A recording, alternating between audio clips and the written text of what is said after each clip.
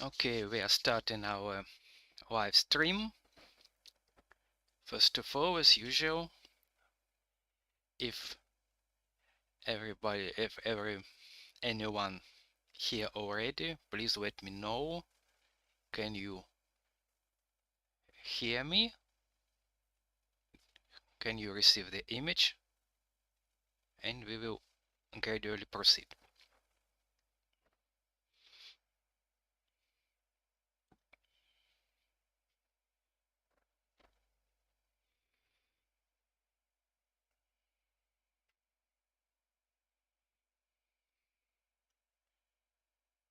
Mhm. So the sound is on, the video is on. Okay.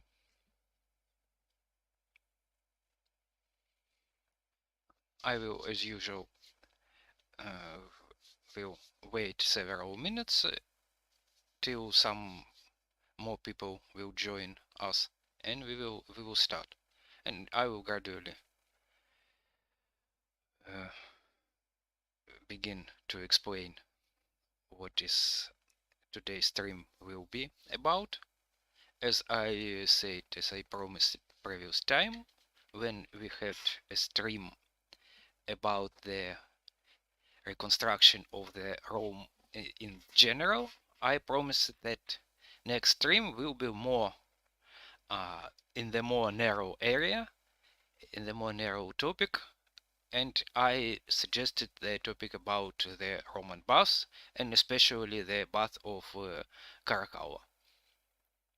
Today I will show the main baths of imperial period of Rome. In fact, I have still to launch the renderer. It is in progress, but meanwhile I will explain and give general information about the Roman bus. Here we see partially overridden by the progress button, but we nevertheless we see the map of the current state of Roman 3D project, and as it was in 4th century new era or after Christ, as any whatever you prefer. And we will take a look today at the most extensive, the biggest baths, which existed till that time and which were in function till that time. First, and we will review them in order as they have been built. So from the first public big public bath, the bath of Agrippa, and finishing with the last great bath, which we know as bath of Constantine. And of course the bath of Caracalla will be among them. This is the image of my reconstruction of bath of Caracalla. I will show the current progress of the project. So not all baths are finished. The best state is of the bath of Caracalla. It is in general finished model. In fact, as I said previous time, in fact it has to be rebuilt maybe in a new map outline, but it is a question of some updates, not the question of rebuilding or the project in general. And the main interiors here are already created and already up to date. Other baths are in a less level, in a lower level of completeness, of readiness, and they are still in progress. For example, bath of Diocletian is only built, the 3D model is built without the textures, so I am still working there with the main structure of the building, but nevertheless I will show it. The bath of Trajan is mainly finished by only from exterior. The interior for it is not ready, although I am planning to add it as well. Other baths also finish it mainly from the exterior. Okay, now I will wait a while. Maybe, sorry that I haven't finished with it earlier, but I think it will take about several minutes and we will proceed with the 3D model. Now I will show which material I will accompany with my 3D reconstruction. I will show in parallel with 3D project, with 3D rendering. I will show as well some pictures which serve as a source, as a reference for our work, for our reconstruction. The at the moment, as we know, maybe only bath of Caracalla and bath of Diocletian are quite visible in the modern map of Rome. Let's open the Google Maps, and I think many of you know the bath of Caracalla. Here they are. So it is the visible complex, relatively good preserved. It hasn't been rebuilt, it hasn't been demolished during the Middle Ages, and it partially preserved till our time. The bath of Diocletian also in a rather good state. We have even the central block rebuilt as a church, thus it was preserved even till the roof covered. But other parts haven't survived due to the modern urban city, which covered the remains of the big area of bath of Diocletian. In fact, it was something about this rectangle here, here, and here. These are remains of the outer wall of the bath of Diocletian. These were some exedras and rotundas and halls, which usually were built in outer wall, which within which was the main core of the bath. Other baths are not now quite visible. The third bath of Trajan, stood here, but by to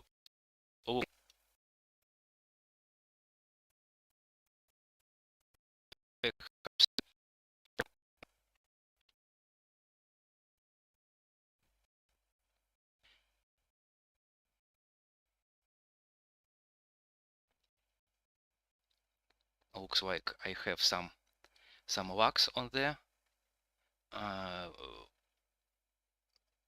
on the PC. Please let me know if you still can hear me. Looks like the live stream is moving forward. It could be due to the progress of the renderer. It is nearly finished, and now it's loud in the video card, so there could be some temporary lags.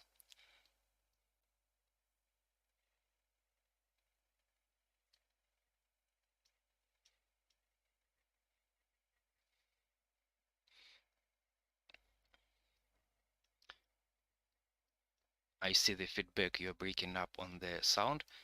Can you hear me at the moment if I proceed with the Bath of Trajan?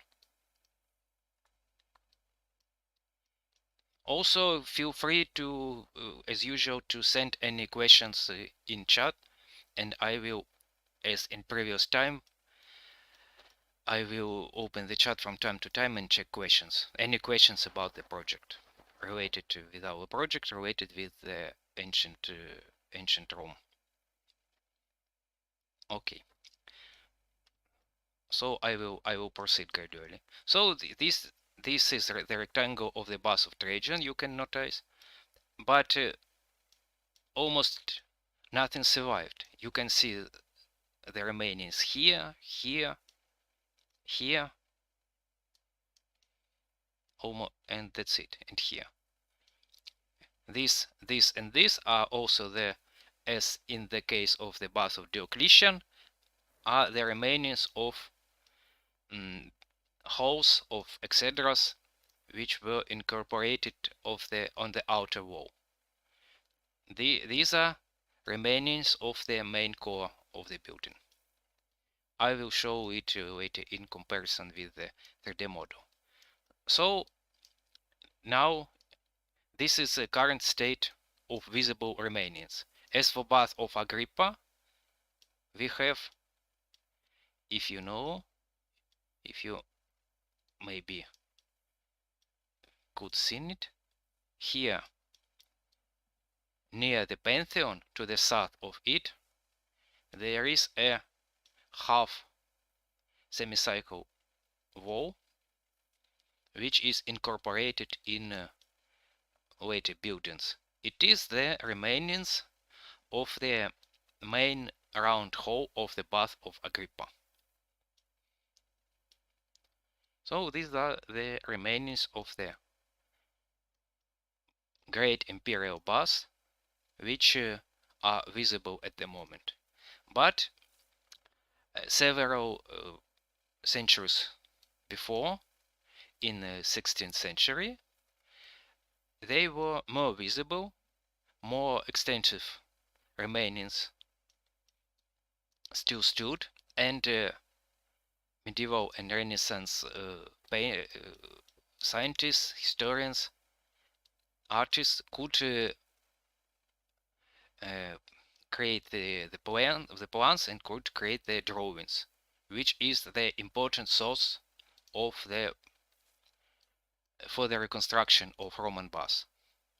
One of the main sources still the drawings and outlines of Andrea Palladio, which created the plans for all main complexes, for all main great imperial baths. Let's list them briefly. This is the plan of the Bath of Agrippa, but for now it looks outdated, and our modern vision of the Bath of Agrippa is heavily changed due to the other sources. But nevertheless, it contains some useful data. But looks like there is a lot of fantasy of Palladio, and he used the Bath of Caracalla and the Diocletian as inspiration for this speculative plan. He included even Pantheon to the Bath of Agrippa. Here is the elevation of it. Here are the baths totally invisible now, which were also on the Campus Martius, which were here, direct to the east of the modern Piazza Navona, and next to the Pantheon from the north side. And nothing is visible here. First building of it, first edition of these baths were built by Nero, and they were known as the Baths of Nero. But as or just like other main part of Roman buildings which uh, stood for centuries. They suffered several rebuildings, suffered even fires and so on.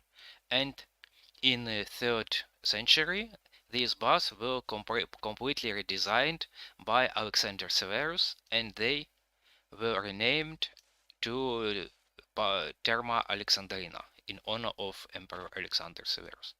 And this plan of Palladio represents this complex.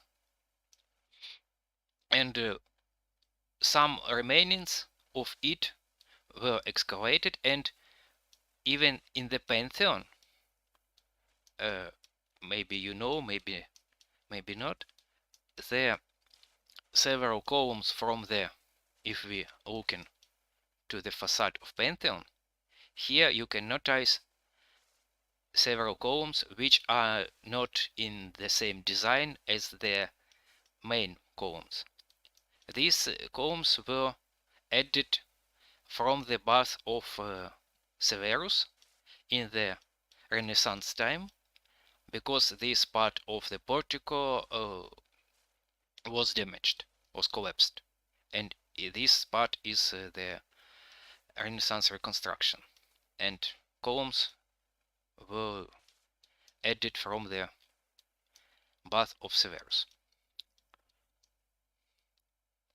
I'm still waiting, but I think it will be almost ready. Okay. I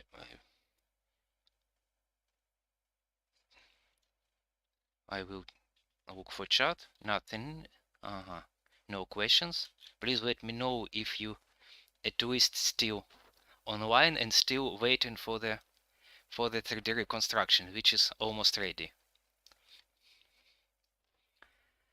And we will move forward.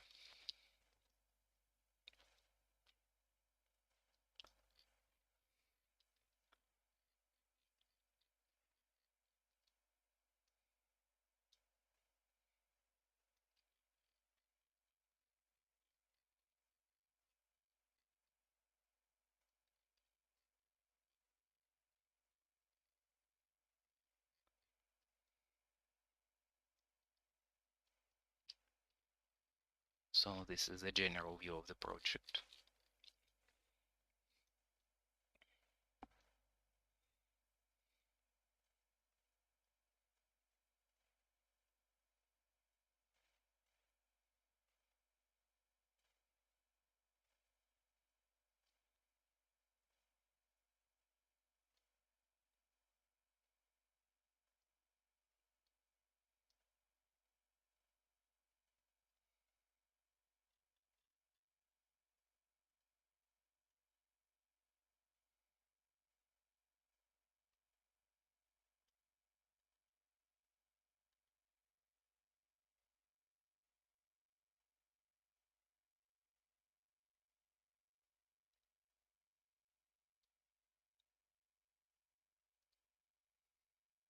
So please let me know, can you see the image without sufficient, and can you hear me without sufficient lux? Which in general, what is the quality of the image? Because my decoder says me that the bitrate is not very high, although I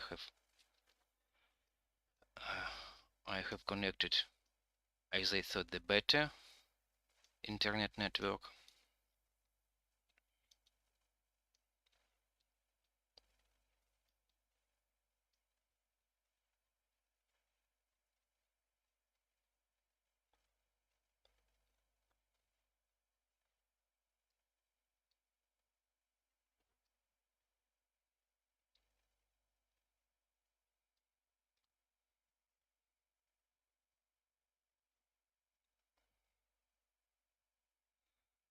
Okay, I see some feedback, thank you. Okay, let's gradually proceed with the Roman baths using now my 3D model. So as you can see, I'm approaching the bath of Agrippa.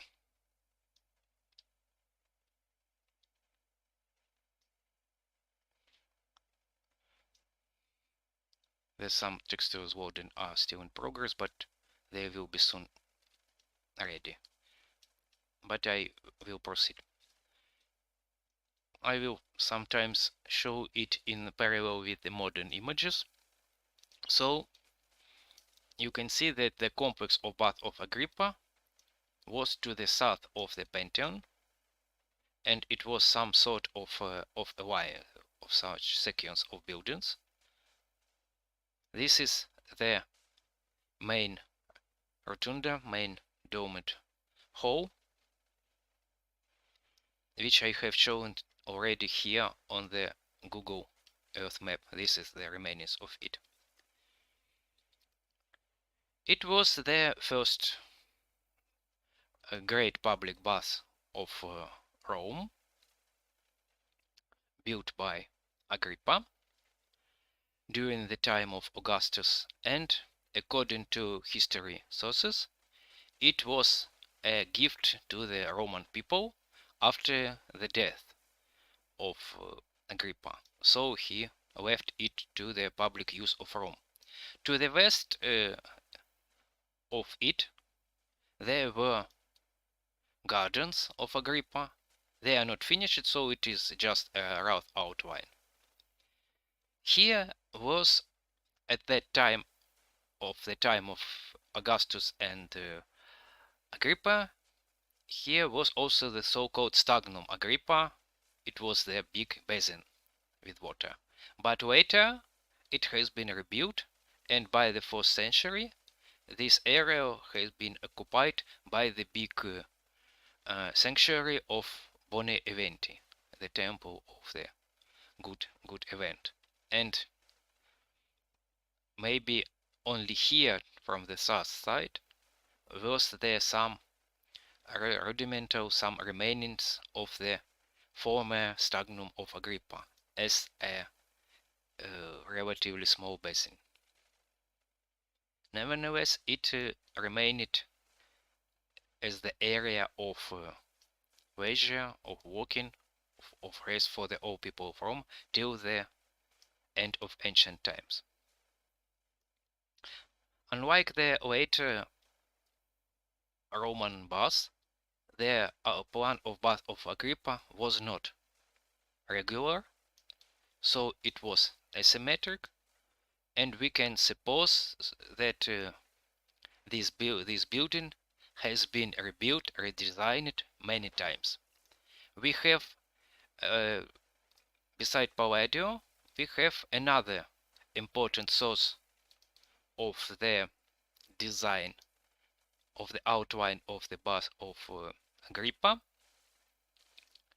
It is so-called marble Forma Urbis Roma, or marble plan of ancient Rome, which has been designed at the time of Septimius Severus and placed off the wall on the Forum of Peace.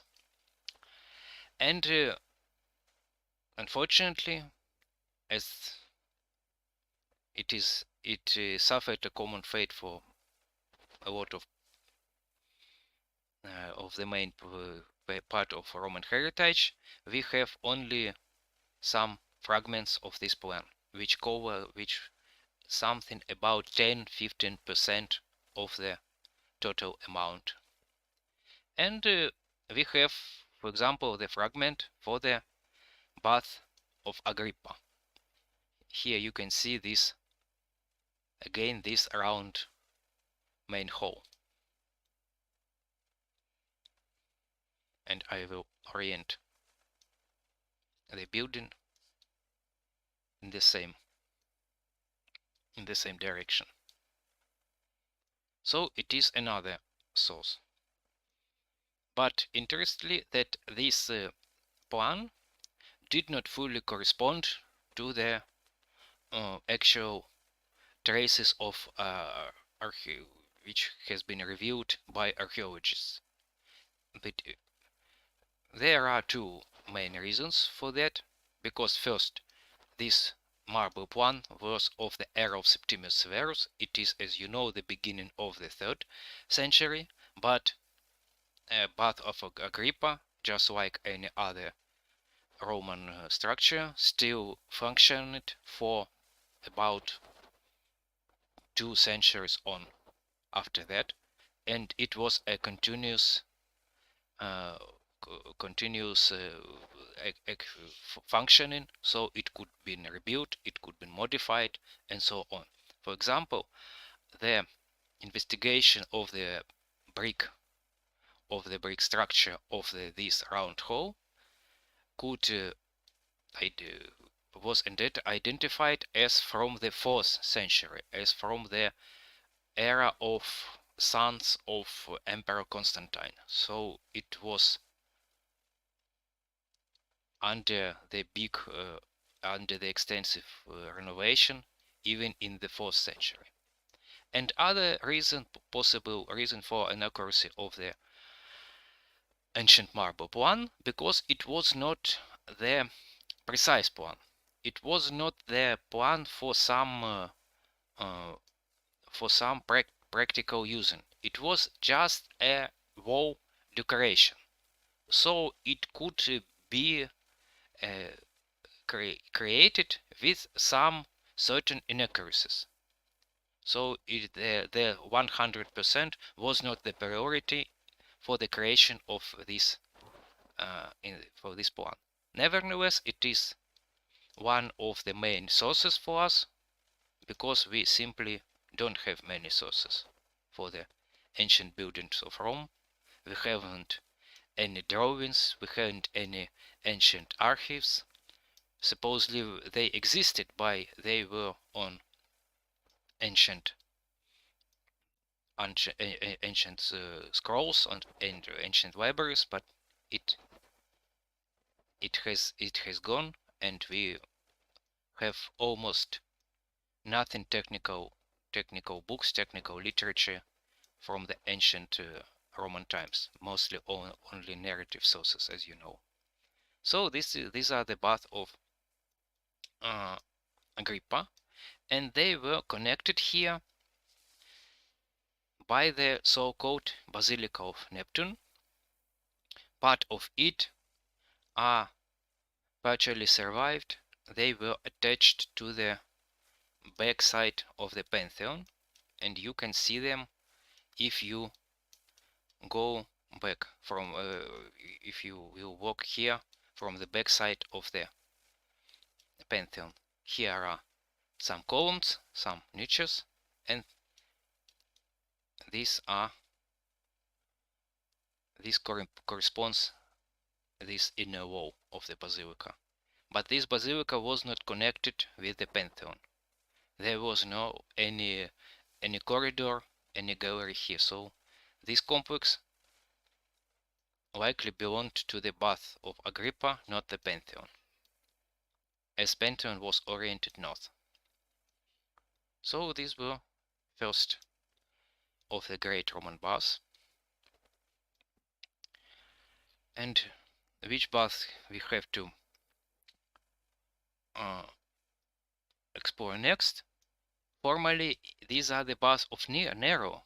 As I said, they were the second, but actually, as I said, their design, they were heavily redesigned in the 3rd century, and this is the common design for the bath of Rome as the bath of Caracalla or Diocletian. So they look likely more like late Roman baths than the earlier one. But at the same time, these colonnades here and here are believed to be the initial design created in the era of Nero, since they strongly resemble Greek gymnasiums and palestras. And the other structure is belonged to the Alexander Severus. We will return to this bus after when we will review the previous bus. And now the next should be in this means it should be the bus of Trajan. The bus of Titus, sorry, near the Colosseum here.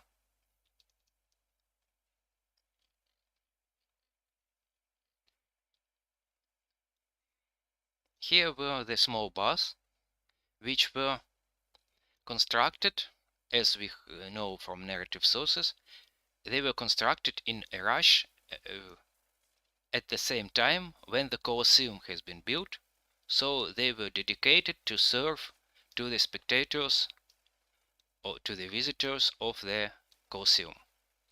And they were created, supposedly created, then the Domus Aurea, the golden house of Nero, still existed. And I will show that the house of Nero presumably stood somewhere here. It was an enormous building, and it hasn't been dismantled right away, the Nero death. No, it still existed till the beginning of the 2nd century. So it has been eventually destroyed at the era of Trajan. And this is bath of Titus, so they have been dedicated at the same time as the Colosseum was. And their unusual design supposedly connected with the lack of the area for that. So from this side, these are the bath of Trajan, but they haven't existed yet, and this area was supposedly occupied by the structures of the Golden Palace of Nero. And the architects should resolve their task how to create the small bath on the slope of the hill, and they created such paths which were symmetric already, but they are of rather unusual design of the in comparison with other Roman buildings. I will for the moment, for now, almost nothing is visible.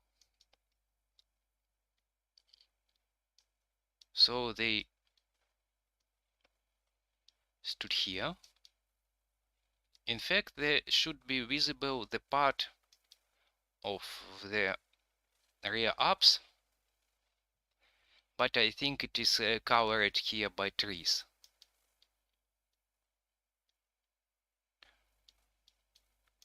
But 5 centuries ago, they were also visible, so Palladio also could create the plans of path of Titus. These are the plans. That time they were identified as Terma di Vespasiano, so they were identified wrongly. And but the plan, the remains of the building allowed could possible to create the plans. Also, we have some engravings which allow us to have the image how they look like.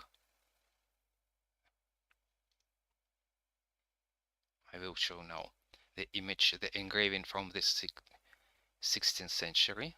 No, this one. This is my colored version of the drawing by Dupirac, which depicts the view of the remains of the bath of Titus and the bath of Trajan from the Colosseum as they were on 16th century. Now I will try to show how it looks like now.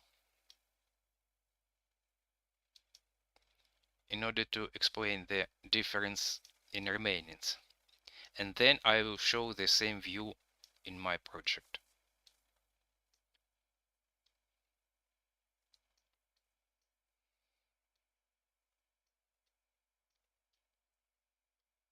Here you can see the common parts. For example, this semicircular foundation of the platform of the Bath of Trajan. Here it is visible as well.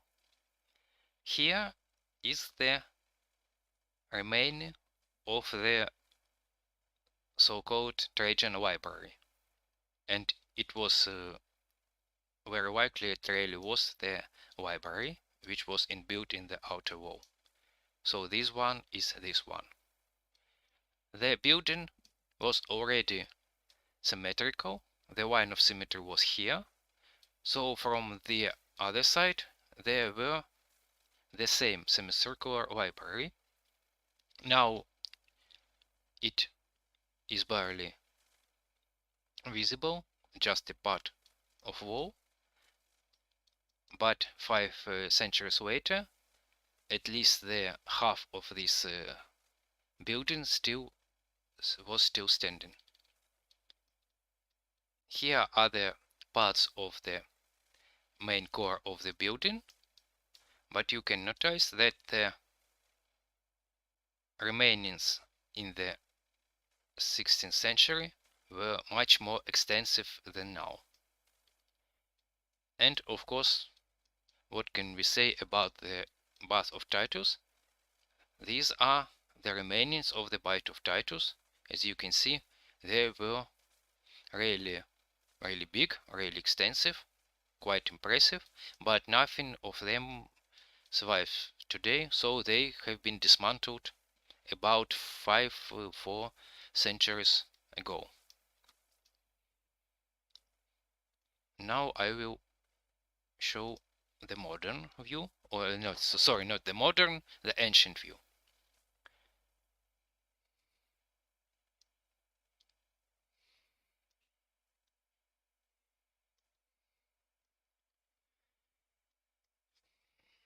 I will just change the focal point.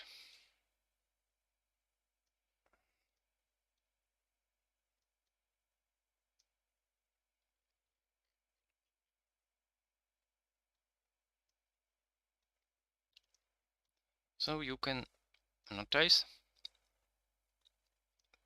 the same structures, the same parts of building, the semicircular area, the libraries, the platform of the Bath of Trajan, and here the complex of the Bath of Titus, here and here. And these are the remainings of the portico with a staircase, which led from the Colosseum level up to the platform of the Bath of Titus. Now I will maybe try to move to enable the street view and to move into the complex from here in order to give you some imagination how it looked like.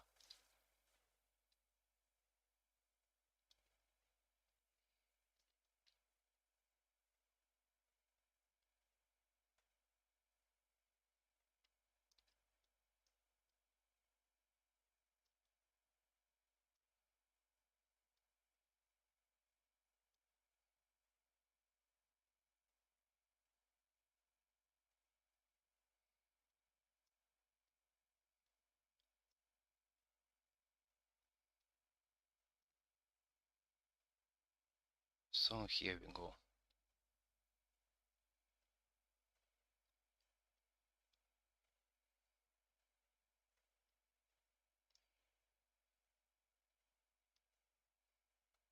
So it had the courtyard with the portico, the usual way for Roman bath, and the main hall, the lateral halls,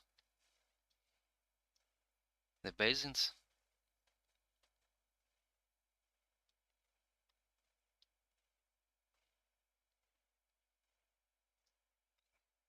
Here only 2 interiors now is finished. They also should be updated. Now they are rather old, and other interiors are not yet added. But in any case, you can have the imagination of this building. So the baths of Titus were some small baths for practical using, but they were also in use till the end of ancient time. Let's move to the bath of Trajan. And these are already really one of the greatest Roman baths. It were till the end of ancient time, they were at third place in rating of the largest of the biggest baths of Rome. And their design were their main design, were the source, were the inspiration for all later great baths in Rome, and not only in Rome, on the other parts of Roman world. And here you can see the development of this idea to create the bath as the some maybe kind of city within the city, when the great building was enclosed by the outer wall of the peribos, which contained many additional structures and had a portico as well. In fact, any great Roman bath were a multifunctional complex. So the main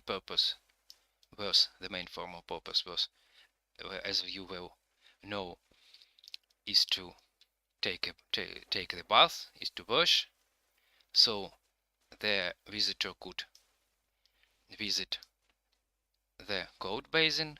Here you can see, then visit the basins within the main hall. Usually here were the small transitorial room, so-called tepidarium, which contained the basins with warm water. But in all Roman baths, it was a relatively small structure, from which we can suppose that it was really just a transition room from the cold basins to the caudarium, which contained the basins with hot water. And from this time and onwards, the caudarium usually was attached from the south side of the complex. You can see, if I will orient,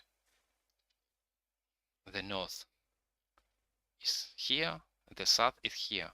So the caudarium was intentionally oriented in that way that it could additionally receive as much sunlight as possible, because it should be heated. So it was heated by the system of the pipes, by system of the so-called hypocaust, by system of the yes, I said pipes in walls and underfloor, and the basins as well. So it was the circulation of hot water. From both sides of the main bathrooms, and the main bathrooms also was along the principal axis of the symmetry, but from the either side in a symmetrical order were the additional structures. For, of course, when the visitor entered, the main entrance was from the north, from here. There were vestibule Here it was relatively small, but there were a great corridor here, and it connected with these halls, which were supposedly so-called apoditeria. So as sort of wardrobe, there the people could leave their clothes and so on. And from here they could go to the bath or could go to another structures and rooms from the either side of main halls. Usually were courtyards, and usually they identified as palestra, where the visitors could take some physical trainings, some physical activity, games, wrestling, and so on. It was inspired by the Greek gymnasia and similar structures. The row of buildings at the south facade from the either side of the caldarium, usually identified in any Roman great bath as the additional bath rooms, so-called laconicum or sudatorium, which were extremely hot bath. One of them could be dry bath, and another could be the bath with steam. So some ancient analogy of modern sauna and so on. Okay, so as I said, only the exterior here is now is ready, but some exterior areas are finished. I will show, for example, the one of the palestra here. I will go here. So it was a kind of the courtyard covered with sand and the portico around. In fact, porticos was very important element of ancient Roman architecture. Maybe if you have visited Rome in summer, I think you can imagine how important is to sometimes is to find a shadow area in Rome to avoid sun. And in ancient time, where the climate was quite hotter than now, even without all those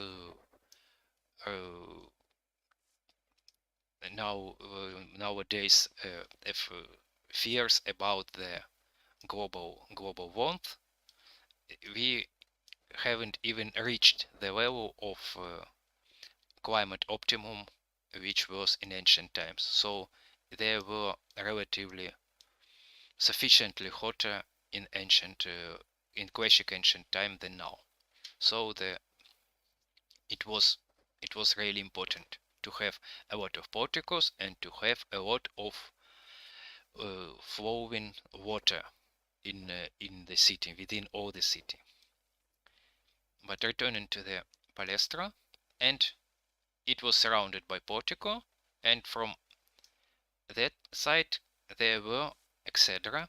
Usually exedra was the semicircular structure which were attached to any portico or wall, and it could serve as a multifunctional building. It was half opened, so a half of, for example, a half of Pantheon, and it could serve, for example, as meeting hall, as a lecture hall, or it could host, for example, fountains or nympheums. So they were multifunctional. As all the Roman baths were not, as I said, the area, the place where to wash, where to take a bath, but also to meet with friends, to have a to meet with colleagues, to have meetings, to visit some lecture for some philosopher, for some, for example, doctor. We know that, for example, Helen took the hosted their lectures in the ancient Rome in some rooms, in some etc. like that. Also, usually almost any ancient Rome bath had the library. This is there, and they were usually attached to the outer wall. And this is the example of such library. It is not finished from the inside, but it is the recently updated edition from the exterior of it. So it was, unlike other etc., it was likely closed in order to preserve the books in a good condition. Other structures, as I said, could serve as fountains, could serve as meeting halls, and so on. And this one. And this area was filled up with the gardens, with up basins, trees, fountains, statues, and so on, where the people could enjoy walking, resting, and so on. These are also the new addition. These are the reconstruction of the fountains which were supposedly added to the to the bath of the Trajan at the era of the Caracalla. So it is one more example then what that the structures of Roman baths were constantly improving, constantly rebuilding, renovating, and so on. As for bath of Trajan, we also have the plan of Palladio, this one. It has also the speculations. For example, this part is all just a mirror of this part. For this part we have archaeological evidences. They are even visible for till now. Here they are. Here is this etc. By the way, from the outer wall here it had VC here and here, all great Roman structures, bath porticos had their own toilets with the flowing water. So it was really advanced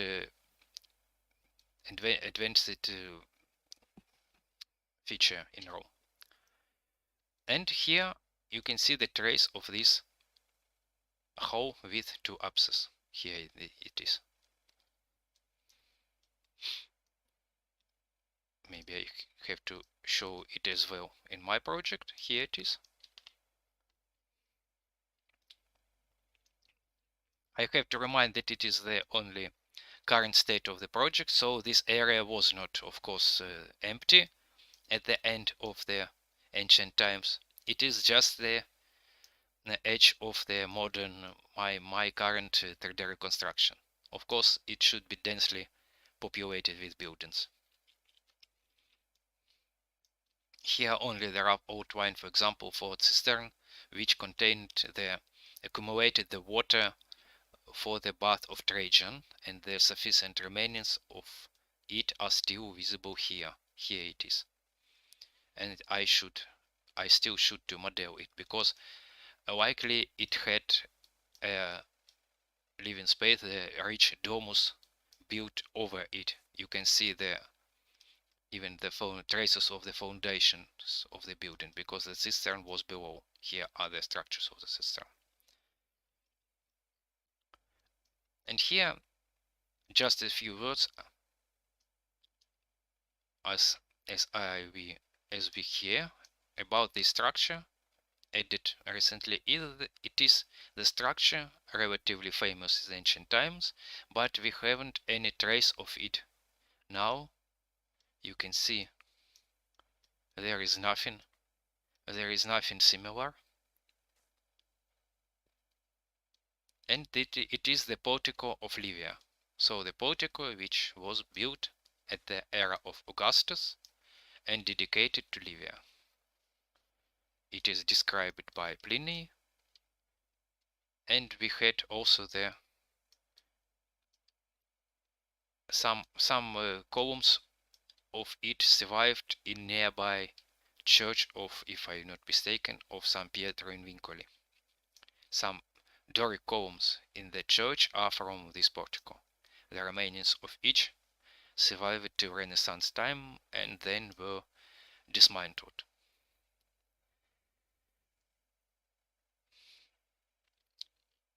I will now show the fragment of marble plan, which is the important source of this area of building, this one. You can see the part of the Bath of Trajan here, the densely populated areas with buildings, with residential, with insula, with domus, and this is the Porticus Livia. So as you can see, we don't even have to identify it. So it was highlighted as Porticus Livia for us. It is just kind of luck. Let's show it from above in order for you to have the imagination, to have the image. Sorry, my English. So something like this. Okay.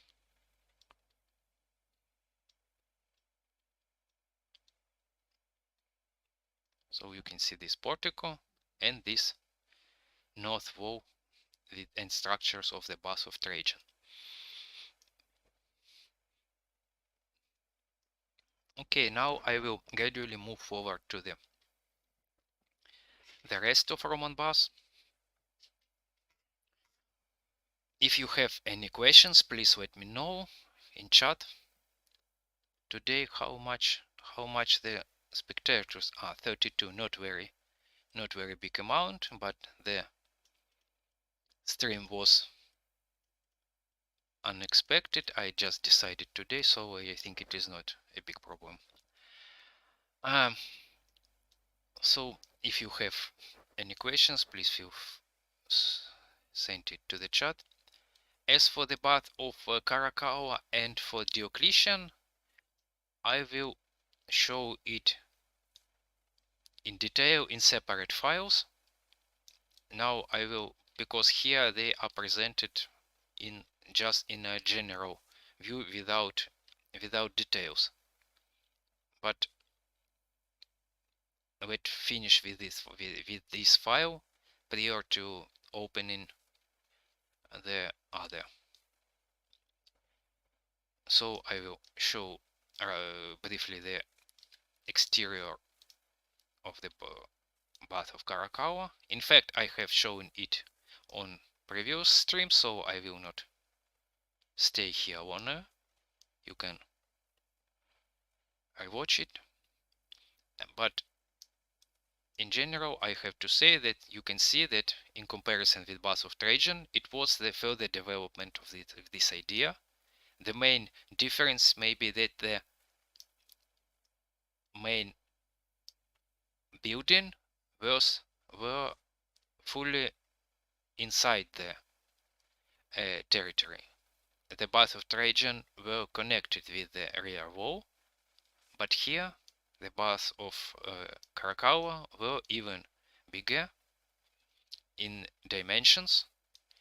It was built in a huge platform, in an artificial platform. Their level of area, the ground, was significantly raised here. It was of the slope of so-called small Aventine hill, Aventinus Minor, if I'm not mistaken, because the Aventine hill, the main, was here. As you can see, I have not created it yet. It's still, this interesting work still waiting me ahead. But here, this area along the Via Appia, here is Via Appia, was of the area of particular interest of the Emperor Septimius Severus, which has created here a number of structures. For example, he created here a new street which called Via Nova or Via Appia Nova, and here he created some structures which served the emperors and other important people which entered the city from this side.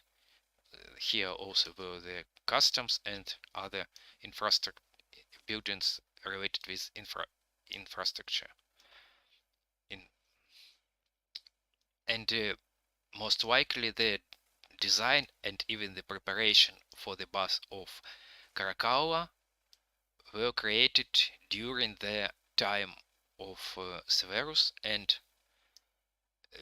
Caracalla just finished the idea of the Severus bath. In fact, I'm strongly enjoying this version. But formal, we know that these baths were dedicated during the reign of the Emperor Caracalla, and officially they have named the bath of Antoninus, the Terma Antoniniana, because the Caracalla, just like Caligula, did not have the official name Caracalla. It was his nickname, and he never accepted this nickname. Of course, he was, if I now am not mistaken, he was Marcus Aurelius Antoninus. So he took the name of Marcus Aurelius. Not, in fact, not himself. It was the policy of his father, Septimius Severus. It was the policy there. They were just the continuation. They tried to represent themselves as the heirs of the famous Antoninus dynasty. They were the cult of the Marcus Aurelius and so on. And of course the Caracalla adopted their names. He was Marcus Aurelius Antoninus. And by the way, one of his successors, Elagabalus or Heliogabalus, also was Antoninus, and he was the last Antoninus in the Roman history. After the death of the Heliogabalus, the Antoninus Tutu was out of use because it was such kind of dishonesty. And in fact, but this bath is the bath of Antoninus. But only the main building has been built at the time of Caracalla. And in fact, it was built relatively fast during the 4 years, if I remember correctly, from the 212 till 216. So it has begun right after the death of Emperor Severus. It could be identified by the brick stumps of the walls. So we can presume that the foundation, that the platform really has been built before, at the era of Emperor Septimius Severus. The Severus died in 211. But the outer wall, the portico, and the libraries and the exedras has been built later under the emperors Elagabalus and Alexander Severus. There are the dedication inscriptions which prove that. For now, I leave the bath of Caracalla. We will return to it in a separate file, where I will show the interiors. For here, if I remember correctly, here we haven't interiors, or if we have, I will check. But I think I have removed yes, I have removed them. We will return in a separate file to it, and I will show the main path of the common visitor. I couldn't show it in the bath of Trajan because the bath of Trajan are not finished. And I will now briefly show the other bath. Next should be the bath of Diocletian. Here you can see it still standing lonely at the edge of the city, because I still haven't finished this area of Rome. Of course, it should be surrounded by the dense areas of buildings, but the residential areas, as well as the gardens, from the example from this side, Sallustian gardens, and here gardens should be as well, and so on. And here it is just the rough outline, the old version.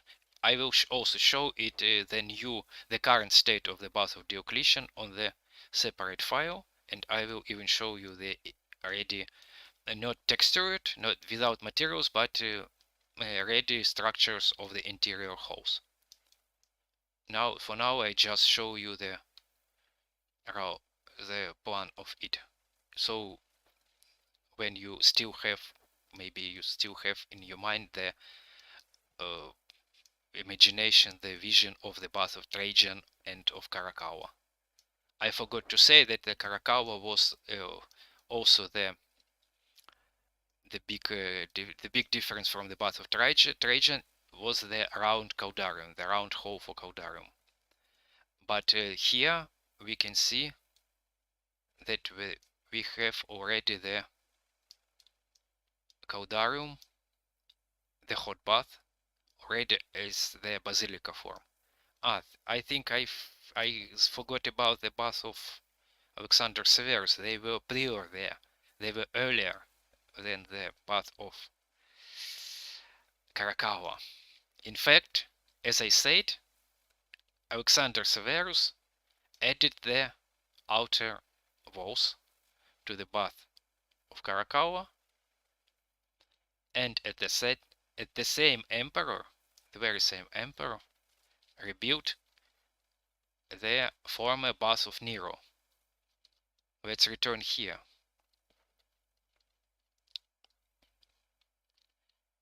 And what we see, the building of the new baths of Alexander Severus, its Latin name was Therma Alexandrina, in honor for the Alexander Severus, and they were really close to the outline, to the design of the bath of Caracalla. The main hall as the basilica with three parts, the three sections. The small tepidarium, transitional hall with the warm basins, small warm basins. The hot bath, the caldarium from the south side, again from the south edge, as the rectangle basilica form here and here, with addition of semicircular hall. The open swimming pool from the north side. It is in his design, it is really quite speculative reconstruction, but we can suppose on the remainings which we have, and again on the plans of Palladio, that the design of this basin was very similar to the design of the bath of the one in the bath of Caracalla. Even the dimensions was almost accurate, was almost the same. Also, as I said, the lateral colonnades, palestras, they were in any great Roman bath, but here, as I said, they are refer supposedly to the era of Nero, so their layout is sort of unusual for the ones in the bath of Trajan and Caracalla and Diocletian. And again the lateral halls of another purposes. As I said, some hot, very hot bath, very hot dry, or steam bath, or even some areas for massage and so on. Here where there was the lack of space, looks like there were a lack of space, so it is the example when the bath didn't have its own enclosed area and it was built directly into the city area. But it is unfinished, but in really it had the gardens from the north side, and we suppose that they were the main area. They were the same garden which were directly connected with the gardens of the Bath of Agrippa. So these were the area of gardens, and supposedly there were also the green area from in this area. I just haven't added it yet. Here also were the etc. for the whole semicircle holes in the palestra, as I said, if you remember from the Bath of Trajan, but just not finished. And behind it was again the toilet rooms. And again the plan is clearly symmetrical. What can I say? Let's maybe what can I show? Maybe let's show some. It is just without just a model without any texture. By any case, I can show the interior in order for you to evaluate. Are there any doors opened? Yes, doors are opened, so we can simulate the enter to the bath. Here the vestibule, here the entrance hall, not decorated yet. Here the basin, the open swimming pool. So you can, if you remember the design of the pool of the Bath of Caracalla, you can notice the similarity.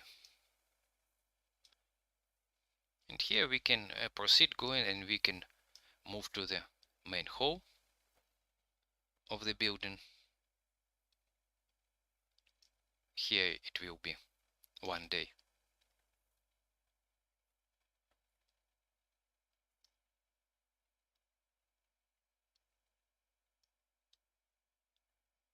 And here we can proceed to the Caldarium hot bath.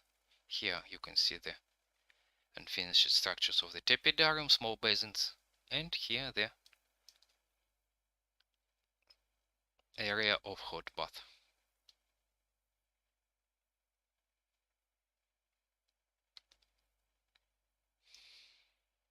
So we are now standing on the principal axis of the symmetry of the Bath of Severus.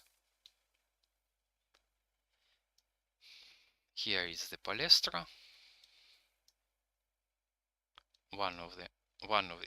If you notice it, there are several inner courtyards in this bath.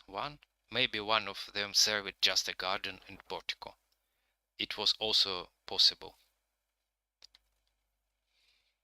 Usually the other courtyard here is identified as a sports hall. But of course, to the high level of degree, it is a sort of speculation since we haven't reliable data for all these structures.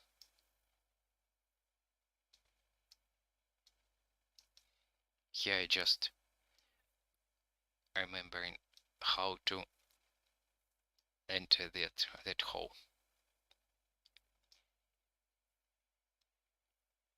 Here the door, and here will be the palestra. I think it will be quite impressive once it will be finished in a similar way as the bath of Caracalla and the balustral bath of Trajan. Of course, it should be decorated with covered with marble, with statuary, with ornaments and so on.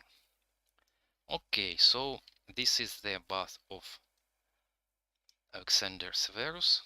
As for the bath of Diocletian, let's briefly return to them. As I said, I will open a separate file later, but I just want to give you the imagination of the evolution of the idea of Roman baths. That's why I'm trying to show there in the chronological order. So we are returning to the bath of Diocletian, and you can see that in the bath of Diocletian, as in the bath of Severus, they returned to the rectangular design of the bath of the hot bath hall. They abandoned the idea of the round hall. And the here is covered by ground, but I will show it in a separate file. And the open swimming pool was greatly increased.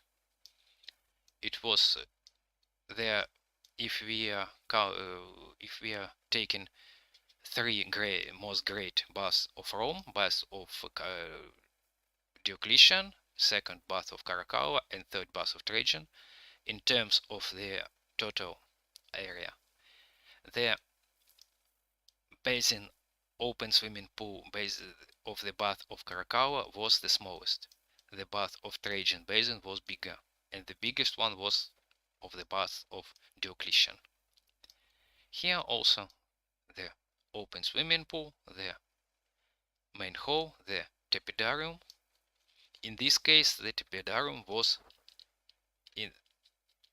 unlike all the buildings, the tepidarium was the round hall building, and partially it survived till nowadays. I will show the comparison when we will look at it separately. Now I will briefly just show maybe the plan of Palladio for it as well. It is the plan for bath of Caracalla. It is the plan of bath of Diocletian. So we can see this is the tepidarium hall.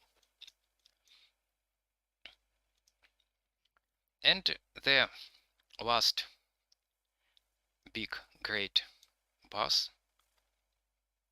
was the bath of Constantine, but I almost forgot, but I remembered that were also one more bath, less known, built.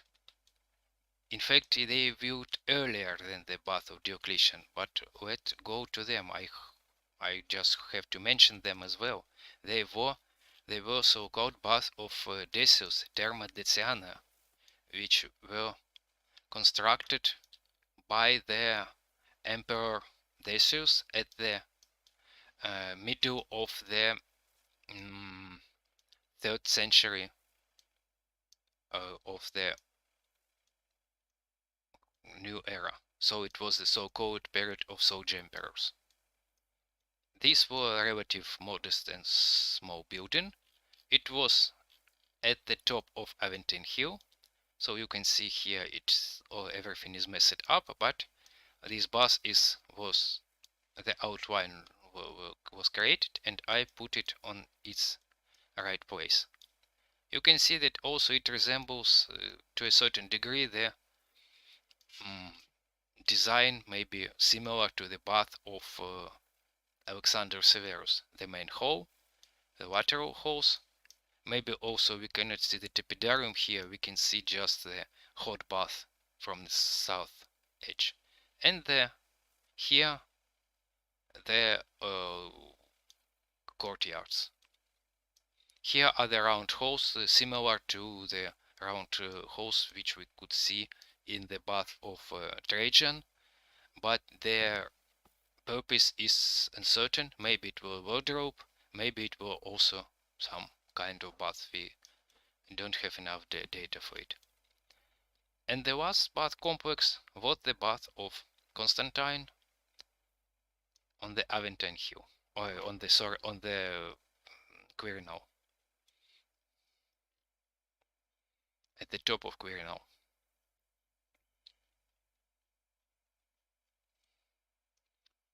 Here they are, built under Constantine, but there are some versions, some suggestions that they could be built or started earlier, for example by Maxentius, or even more earlier. Maybe it is just the rebuilding or developing of the design of the previous smaller bath which could stand here. And this is the bath of quite interesting design. We can see that also the lack of free space affected its design. It hasn't big enclosed area, just the gardens attached from the south and north, but the design of the bath looks maybe looks usual, looks similar to you already. The main hall of the basilica type, the open swimming pool, the hot, the warm transitional hall to pedarium, and again returning to the idea of the bath of Caracalla, the round caldarium, hot bath hall. Here also again the lateral rooms. We cannot see the big internal courtyards, only these ones. These small courtyards also were the part of any big bath, but most likely they were just service internal courtyards. But likely this part served as the palestra. These are supposedly were the areas of vestibule and apodytedia, wardrobe houses. Here you can see the semicircular wall with seats. It was quite also quite usual structure in bath. You can I will return to bath of Diocletian to remind you the similar structure there as well. Here it is. So the wall with seats, some kind of stadium. So there could be held there some sports competitions, some maybe performances from the theater, some other events, some speeches, and so on. The bath of Caracalla also had such area on the south edge of the complex, and the bath of Constantine also followed this tradition. I will go here in order to show you one more comparison, because at the now we haven't any remainings of this bath, but the main complex, the remainings of this bath were still standing 5 centuries before, and their condition were relatively good, even similar to those we have for the bath of Caracalla. I will show now the drawing. Also we have the bath of Palladio plan as well. The plan of the bath from Palladio. Here it is. And as I said, we have the picture of the bath of Constantine as they looked in the 16th century. And you can identify some structures. The part of the domed of the round hall of Caudalium here looks like it is the back part of it here. Here it is. With the here there is the window. And here these lateral structures. They were later filled up with the brick. Here it is this one, and here are the remainings of these ones. And here at the behind we can see the remainings of the main halls. So they were in a relatively good condition, but they were dismantled 5 centuries before. But we have images which allow us to reconstruct this building in a very good detail. So this is the brief story of the main Roman buildings. I think here I will end with the with the building which was not the bath, but which continued the tradition, the developing of the idea of ancient Roman basilica with the cross-vaulted roof. And you can see this basilica for the basilica structure for the main hall appeared in the baths of Titus, the baths of Trajan, Caracalla, Diocletian, and the biggest one was not in the bath of Diocletian, but it was the basilica of Maxentius. It is the direct continuation of this tradition. This is the development of this idea. The basilica, which had 3 sections in longitudinal and latitudinal axis, with 3 cross-vaulted, these these 3 sections of cross-vaulted roof. It also doesn't have the decorations inside, but I will show it for you. Oh, I'm mistaken, I have edited, super. So I even can show you the design of it.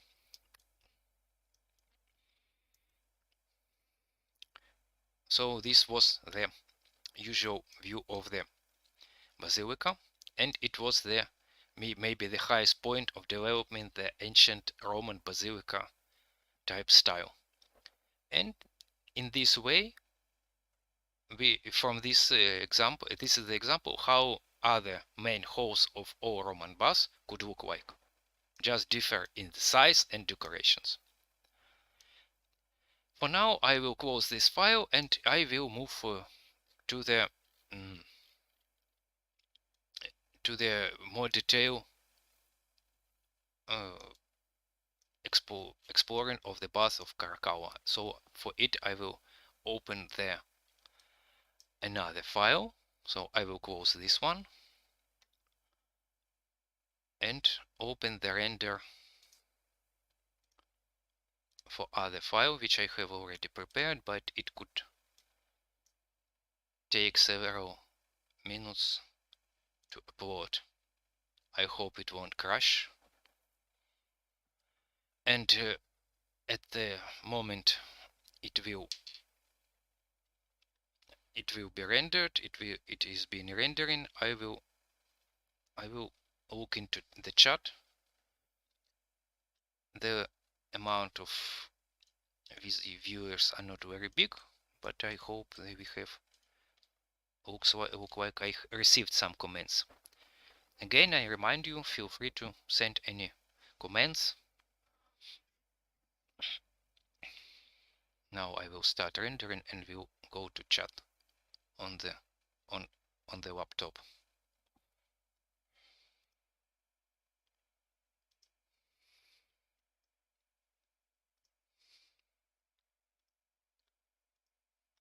Okay, so we are moving to the bath of Caracalla, to here.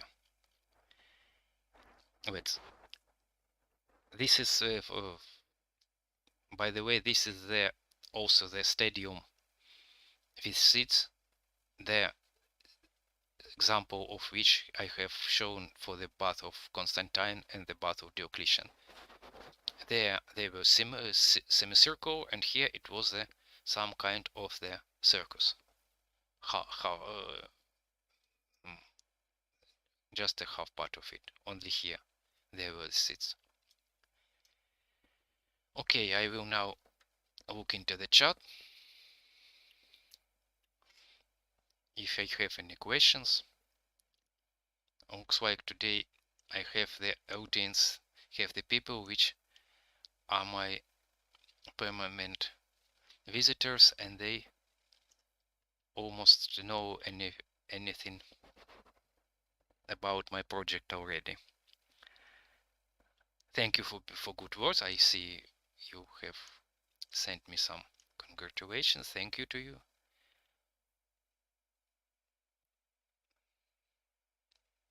Would you ever lend your designs or lease them to a video game company developing a game set in the time period? I think I have, yes, I have already replied to this question on streams and in some posts, but I will mention it again. I will highlight it again that about a year or two ago I decided intentionally and gradually I developing my project as the one-person project. Almost all work in these projects last 2 years I'm doing by myself. I'm doing 3D modeling, I'm doing texturing, I'm doing 3D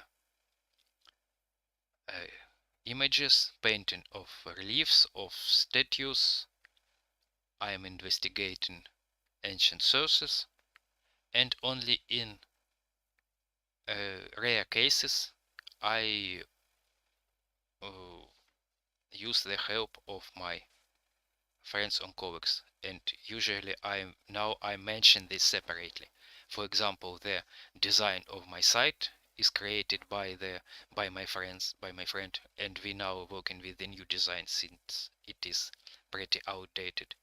And another example, we are preparing a series of the of ancient frescoes, ancient paintings for the bath of Diocletian with my friend artist from Italy.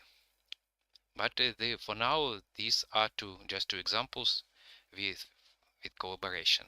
And answering directly on that question, I am working with the game application to create the 3D working immersive application in as the game application, as the VR tour. It is my priority. It is one of my priority and final goals, but I'm investigating and working it by myself.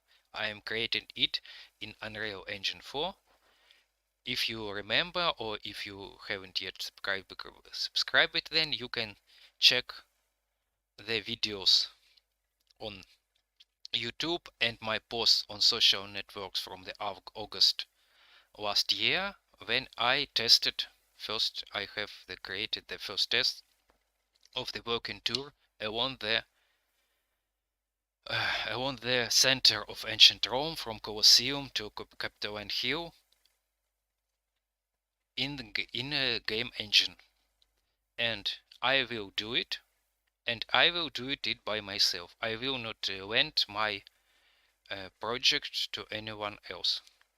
I can collaborate in terms of presenting my content to creating, for example, videos or presentations for maybe for some museums, for some exhibitions, but I don't agree, I don't accept any proposals which have the purpose, which have the aim to receive my 3D models. My 3D models of the projects will forever remain within project. I will never share them nor sell them. So it will be my resource which I will use for the application, for the producing content, for the producing the videos, images, and eventually for producing game tour. But I will do it by myself, so I want to serve the full control of the over the project, and to preserve the full responsibility for its quality, for its accuracy.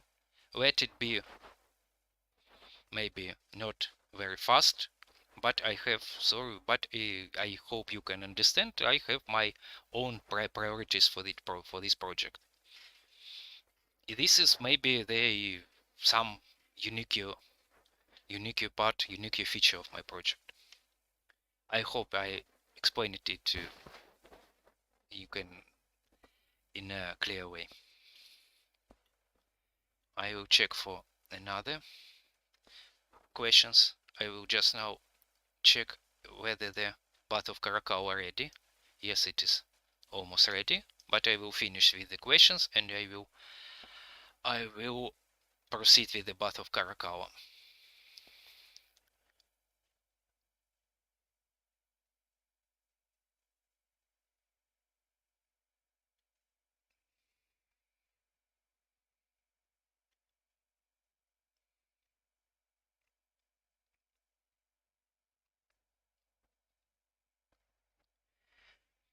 Do you happen to know where was the entrance to the underground maintenance tunnels which fed bath of Caracalla with firewood and other supplies?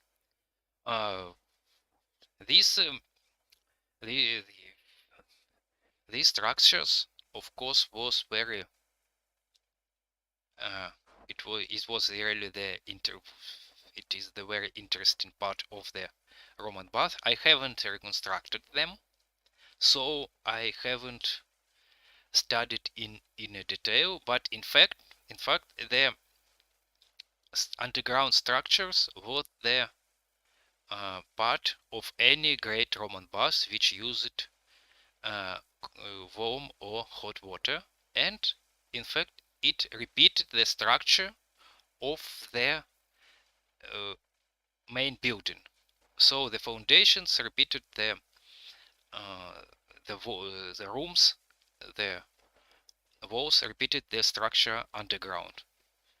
I never visited the underground structures of the Bath of Caracalla. I just visited one hall. There was the exhibition of the capitals and fragments of Roman architecture. It was from the south side in the courtyard.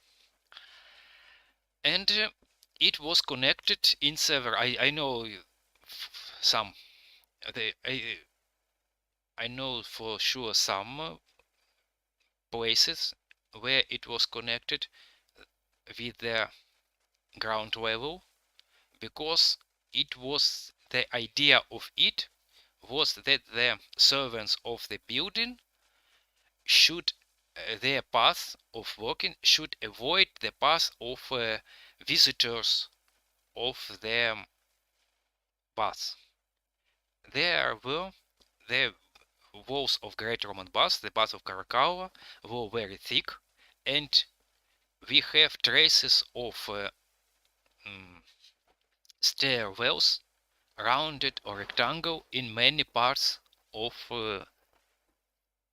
within the walls of Rome, of Roman Bath, of Bath of Caracalla as well. Here in the reconstruction I will show the example. And from one side these stairwells led to the roof. Here is the Bath of Caracalla, led to the roof, and from the bottom part they left underground. The most known stairwell was attached to the north wall of the bath. Here you can see the row of windows of each stairwell from the outer wall, here and here, because it is the symmetrical. I will show it in inside, and it went underground. Also, similar stairwells were in other parts of the building. For example, here, adjacent to the corners of the main hall, and even in the caldarium, here between the in these thick posts between the windows, and they were connected with the structures underground. Yes, it was underground structures was a sort of its own city with heating war, with pipes, with boilers, and so on. It was the big and extensive structure with a lot of workers, with a hard working process.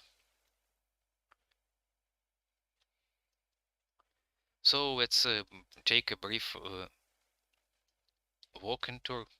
In fact, it was the primary source of the stream.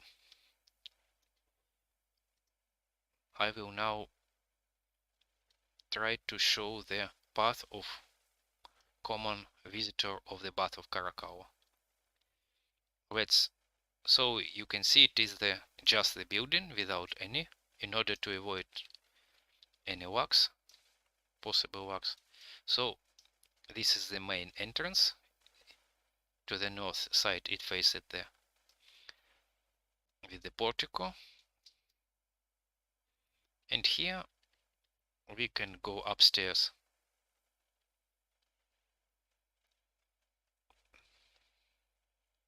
because it was, as I said, it was the big platform raised above the level of the street. And here we can see the portico and the main wall of the bus. Here were several entrances. Let's follow one of them.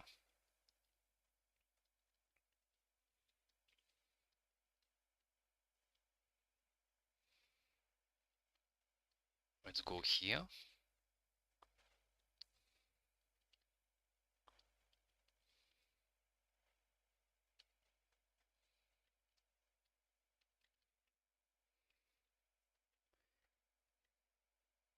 So it is the vestibule, one of the vestibules. I have here some artifacts. Of course, the bases of columns should not be red. They should be white here. But here is the swimming pool. I think I even can fix it.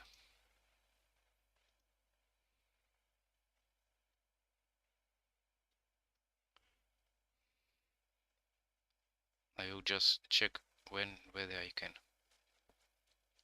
briefly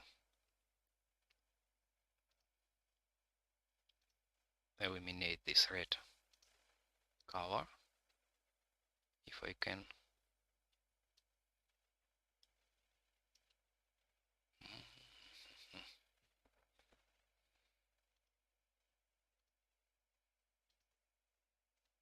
Yes, I fixed it for now. So it is the open swimming pool.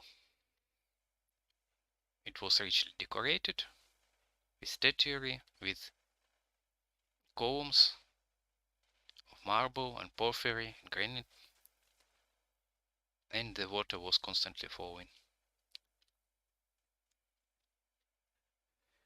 Here to the left there were the so-called apodyteria, the wardrobe house. Here were the rooms for it. Here there supposedly the shelves for clothes and other goods were stored.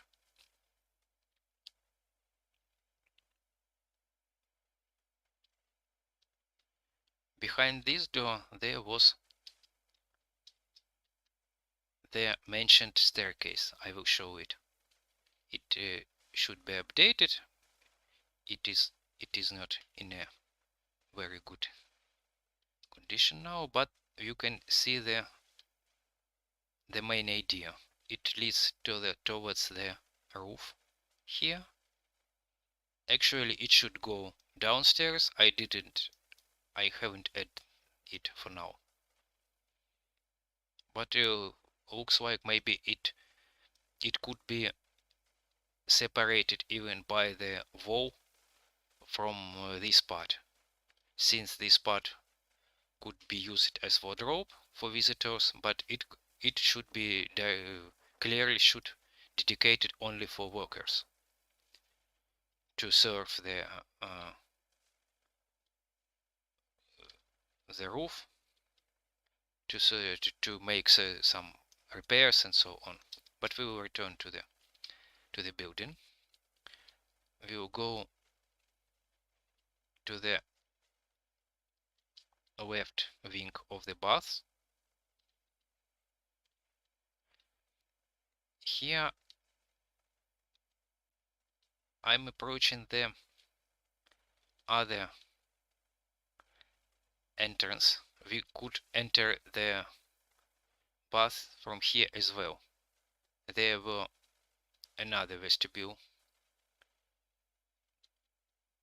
which consisted on 3 parts.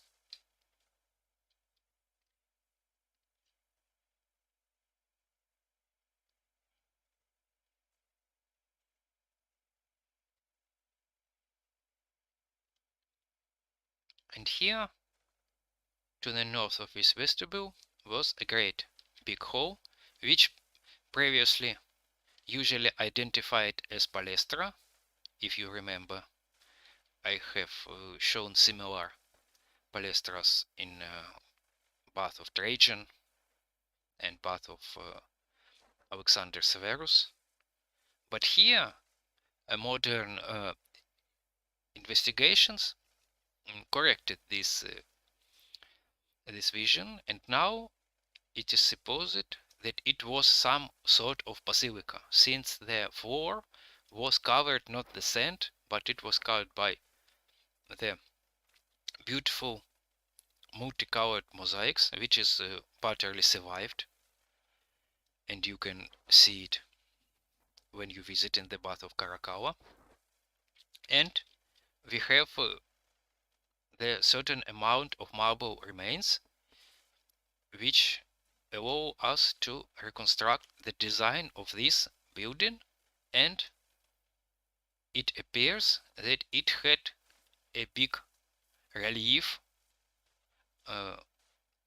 on the attic above the columns, which represents the victorious war campaigns of the Septimius Severus and Caracalla.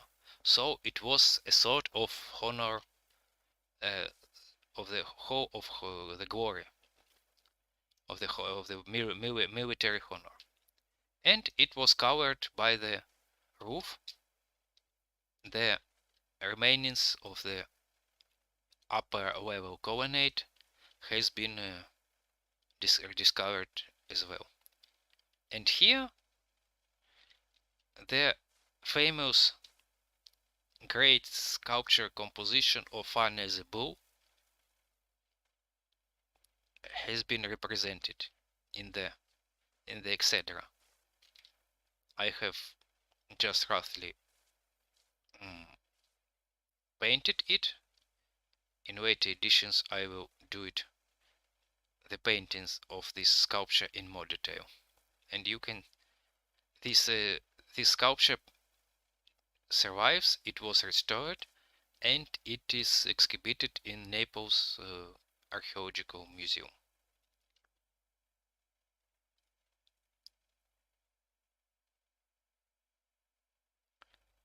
So it was this great honor hall of the, which should serve in sorts of propaganda of the Severan dynasty.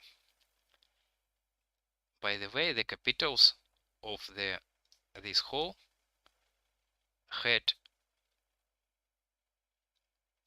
it goes on their corners and widens inside uh, inside the capital. So the design of capitals was really elaborate and unusual. Now let's move forward to the main hall.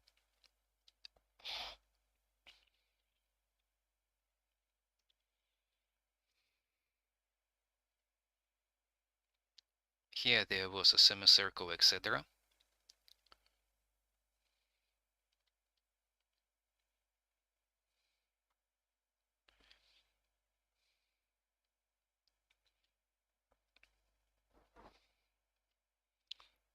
And here we can see the perspective of the main hall.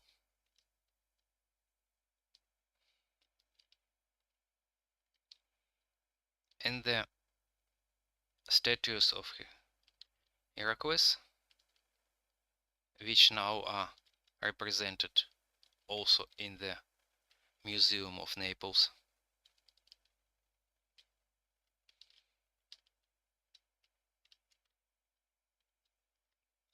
If I'm not mistaken, or it is the Hercules furnace. And it was, of course, the richly decorated hall, again as the basilica type, similar to that I have shown for the Basilica of Maxentius. A lot of marbles, a lot of granite, porphyry. From the other side, it is the perspective of the swimming pool, where and which we have observed from the side.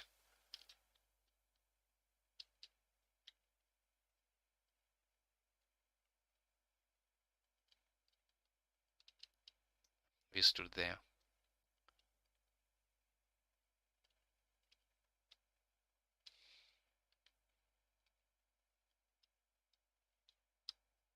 Here we going along the principal axis of symmetry towards the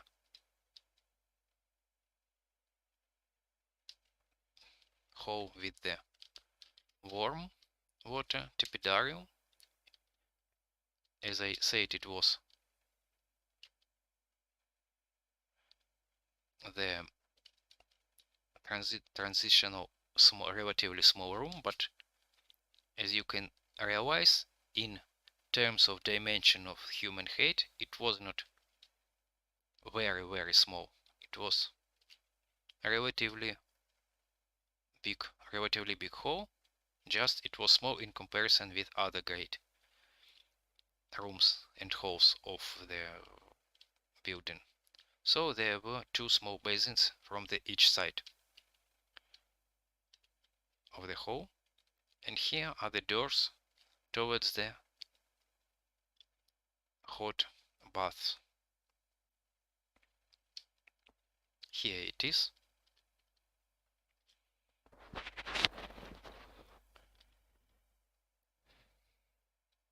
It was the great round structure with the dome, and it was only slightly smaller than the Pantheon. It has a number of basins with the hot water around along the walls,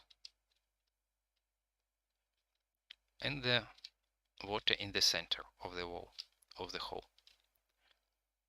The walls were very thick, and as I said, they had the staircases inside, as well as all these walls had pipes which had steam inside. So there were not only warm floors, because it was so-called hypocaust, so it was the floor which stood on posts of brick with the heated area and pipes inside under it. And also there were the pipes with the heated area and heated steam within the walls. Maybe not heated steam, maybe just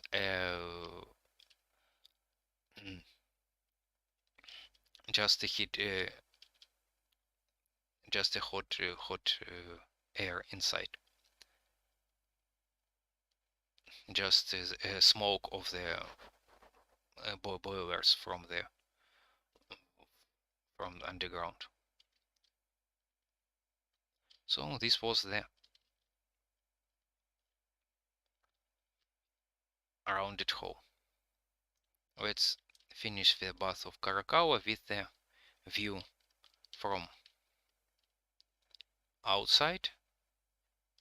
I will show also the comparison with the ancient, not ancient, with the Renaissance drawing, how it changed over the last several centuries.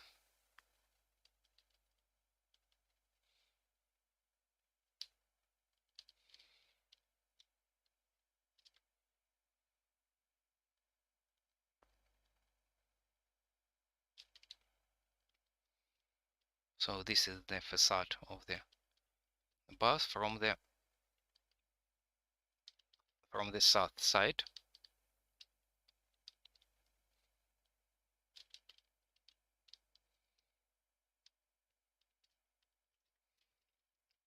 Which 10 may be the position of the sun.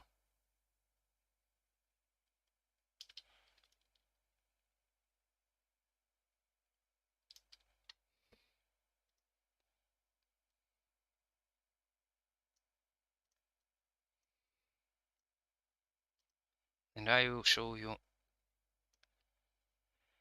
the comparison with the drawing from the 16th century, where it is, here it is. This is the drawing for it as it looked like in 16th century. So this is the modern view, and this is the ancient view, sorry. And this is how it looked like in 16th century. And now let's have a comparison with the modern look via Google Maps. Here it is. In general, the view is similar.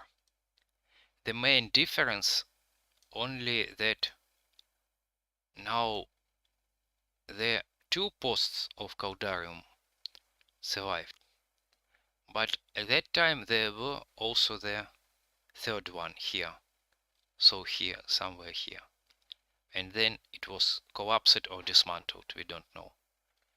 As for other structure, look like it is not drastically changed, it didn't drastically change during the last 5 centuries. We can recognize the outline of their remains.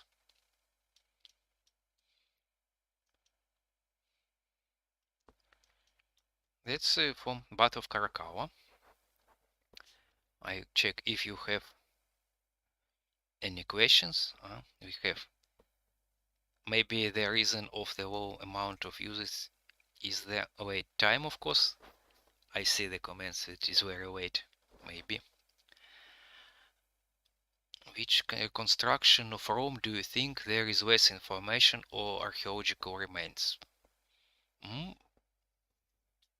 I think we can name a number of them, because there are a number of even great Roman buildings for which even identification is uncertain.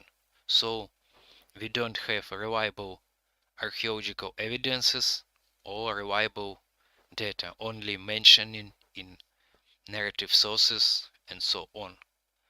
For example, such gross mysteries and enigmas are the temple of Gens Flavia. So it was the family mm, place for burial of the emperors of Flavian dynasty. Supposedly it was on the place where later the bath of Diocletian has been built, or it was near it. We don't know. It has never been located.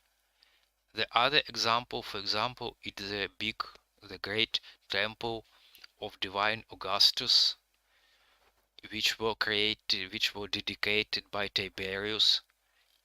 We have information that it stood somewhere next to the Basilica Julia, and most likely, now it is supposed that most likely the remains of this great temple are under this area of city, if you follow me. Here is the bath of the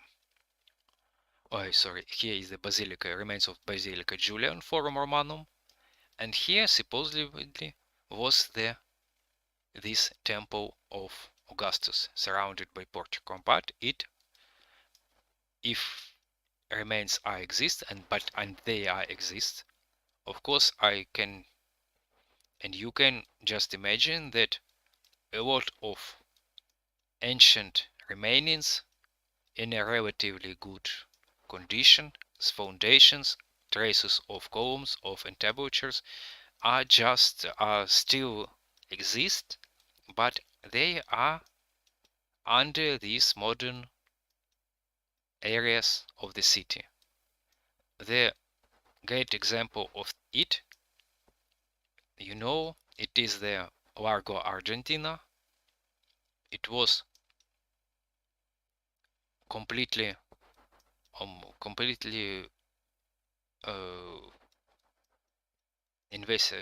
unknown area, blank area of ancient topography, until it hasn't been excavated.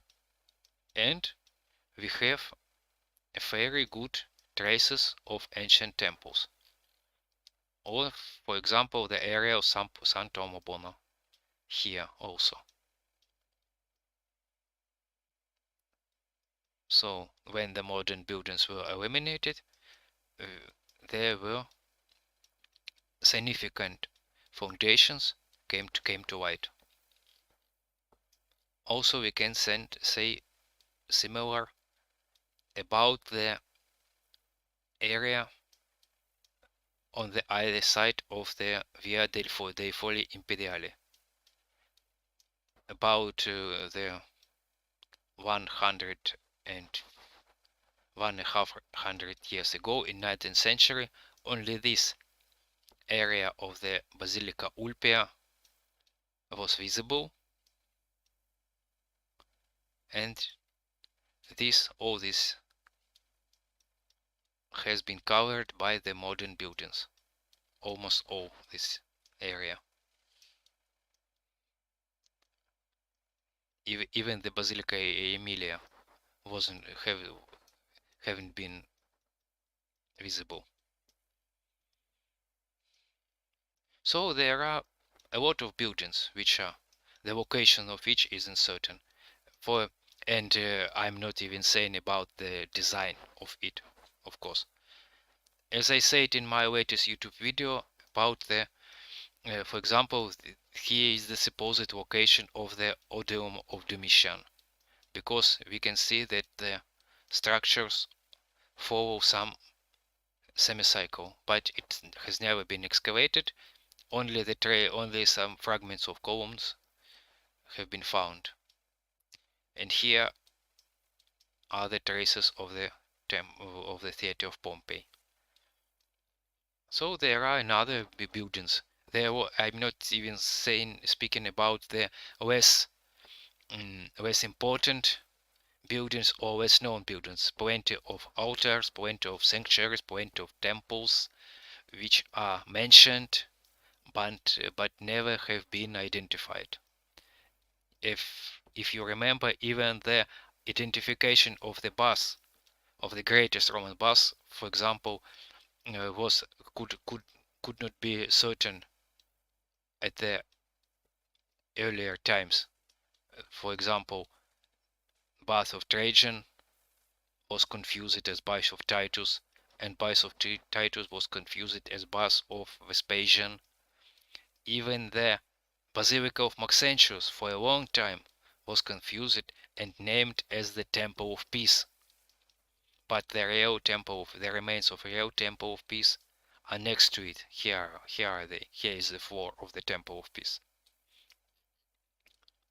And there is it is the situation for the majority of Roman buildings. For example, the Temple of Saturn, here it is, was for a long time was identified as a Temple of Concord, and the remains of Temple of Castor was identified as the Temple of Jupiter Stator, and the real identification of Temple of Jupiter Stator is uncertain till now.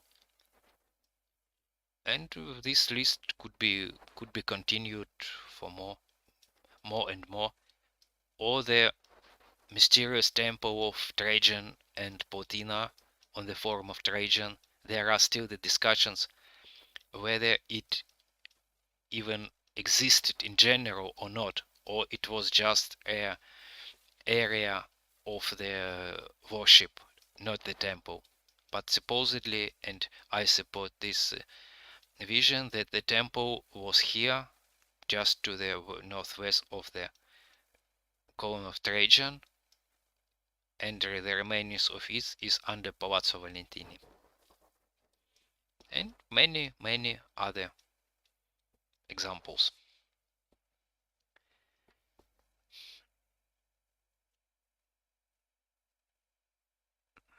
Looks like that's it with the questions. If you have any more questions, let me know. 24 people still online, so I can proceed with the separate video or with the separate simulation for the bath of Diocletian as I promised. So I will close the bath of Caracalla.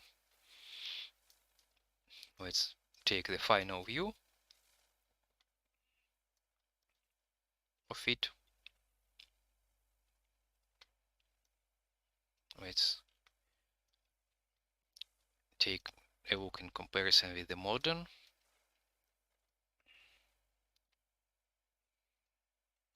With the modern view.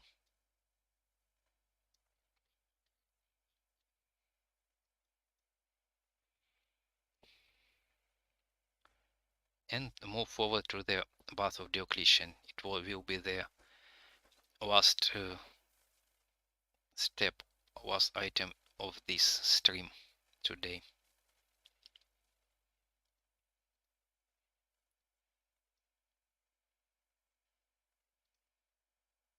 Now I will launch the bath of Diocletian rendering.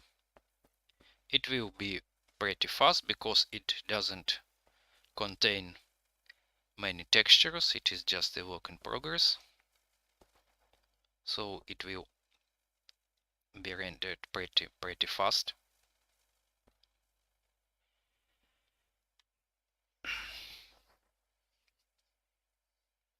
In fact, I'm planning to produce more videos in more often, because I want, as I planned long ago, I want to make YouTube really my main platform, because it is still the main source of the income and source of followers and the audience of the reliable stable followers, because the Facebook and the Instagram social networks are very unstable.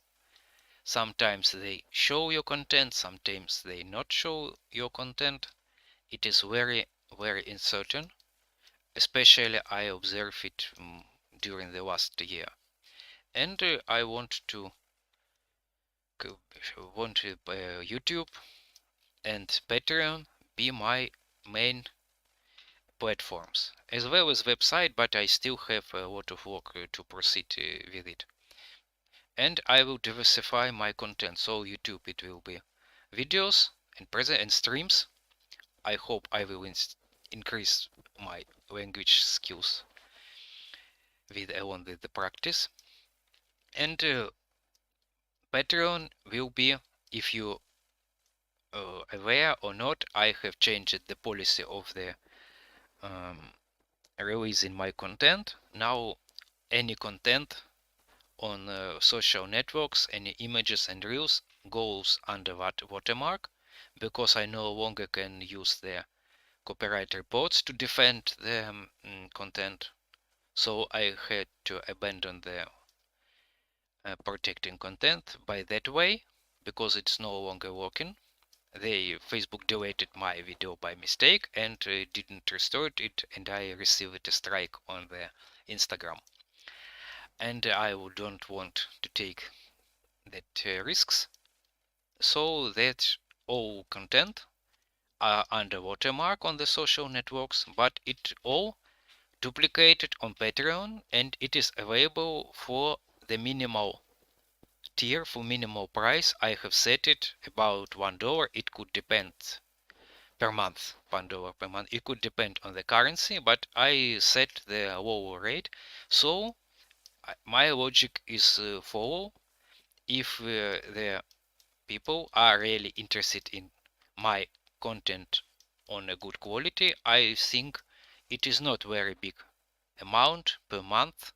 I'm not setting very high amounts. I don't want to squeeze the money to something like that, because I also understand that it is unreal. But I think it is more real that if they are loyal followers, which will donate the project with a small amount, and it will support my project, and I will be able to dedicate the full time on it, just to work with the ROM, just to work with the reconstruction, if I have the stable income for Patreon and YouTube. So feel free to subscribe on YouTube and to donate on YouTube and Patreon if you can and want. Also, I have added the option on the Patreon for $4.50 per month for so-called adult content, because even not only some nude scenes or statues, but even the just battle scenes and otherwise common reliefs or images of Rome could be at potential risk of get banned or removed by the crazy automated algorithms on Facebook, on Instagram. For example, I have this problem, but my colleague just received a strike from Facebook for posting a usual image of Roman legionnaire uh, in the military equipment, so it was usual image. I have just a warning for once that it is controversial, for example, uh, to represent the images of captives in chains during triumph. So it also could be possible subject of the ban. So in this way, it looks like that the social networks went crazy. So it's the problem. Okay, and but Roman history is nothing without that content, without that images, and it should be. I am creating such images for the purpose of my projects, to add the relief, to add the frescoes in the interiors and so on, and I will regularly post such content for a little bigger amount of so it is for $4.50 per month. Maybe I will add an additional tier there, maybe about $2.50 or $3, where I will release more work in progress. So I will be grateful for everyone who will support our project there. That's it for the information for now. And for at the end of the stream, I will show the path of Diocletian current progress, so you can see the main structure of building. It is similar again to the bath of Caracalla and other great baths, and they were the biggest of them. They could accommodate about more than 2,500 visitors at the moment. So it strongly resembles the outline of the bath of Caracalla. Also the vestibules from the other side and the great swimming pool attached to the northern wall. So, but everyone was bigger than the bath of Caracalla. This swimming pool was enormous, almost about 2 times bigger than that of the bath of Caracalla, and much more decorated. So it is, the decoration is on that very beginning, but you can imagine how it will look like. Here also was the amount of rooms of the vestibule. Part of it survives, are intact, and serves as the halls, exhibition halls for Museo Nazionale Romano.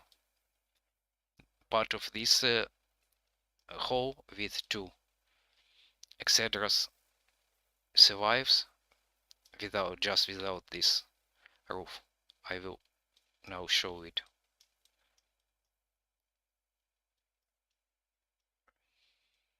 Here this the part of the building. Here is the hall we are standing now.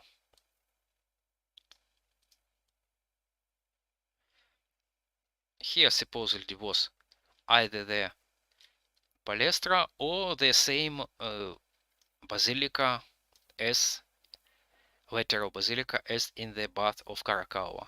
Since we have evidences, we have traces of mosaic, decorated floor with mosaic here as well. So maybe it also was covered by roof.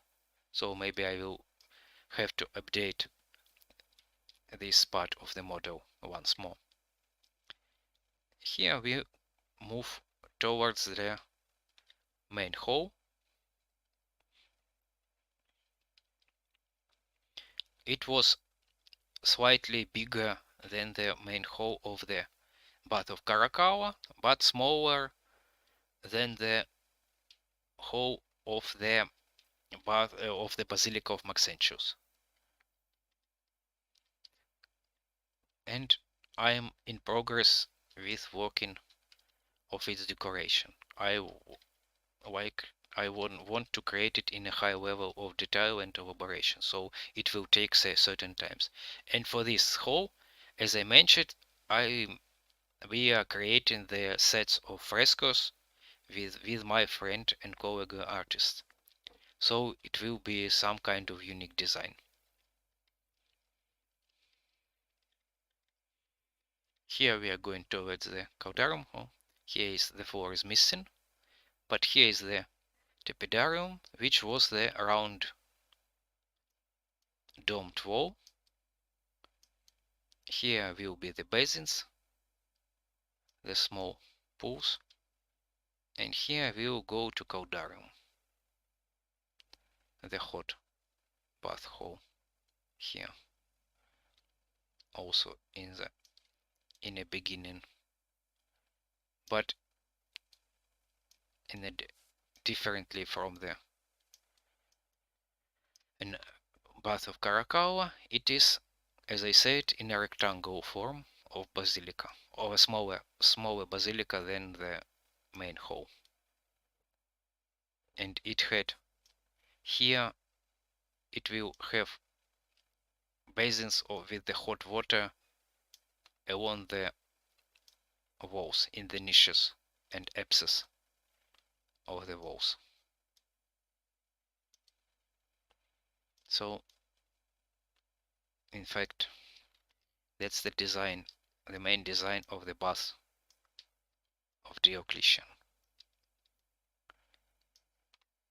Here, the central part, as I said, relatively survives in relatively good condition because it was converted into the church by Michelangelo, if I remember correctly. Yes, and you can see here, this is Tepidarium is here, and even the rear northern apse of Caudarium survives here, and the other part of Caudarium was here.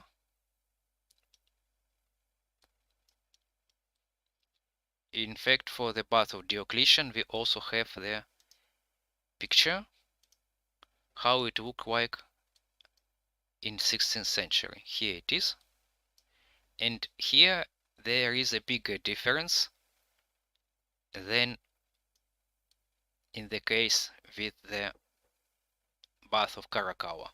Yes, it is Santa Maria degli Angeli. Thank you. I knew it, but I forgot. I really forgot the name. It just thrown out of my head. Yes, it was Santa Maria degli Angeli. In fact, I was even inside it, but forgot the name. Forgot the name of the church. And here we can make a comparison.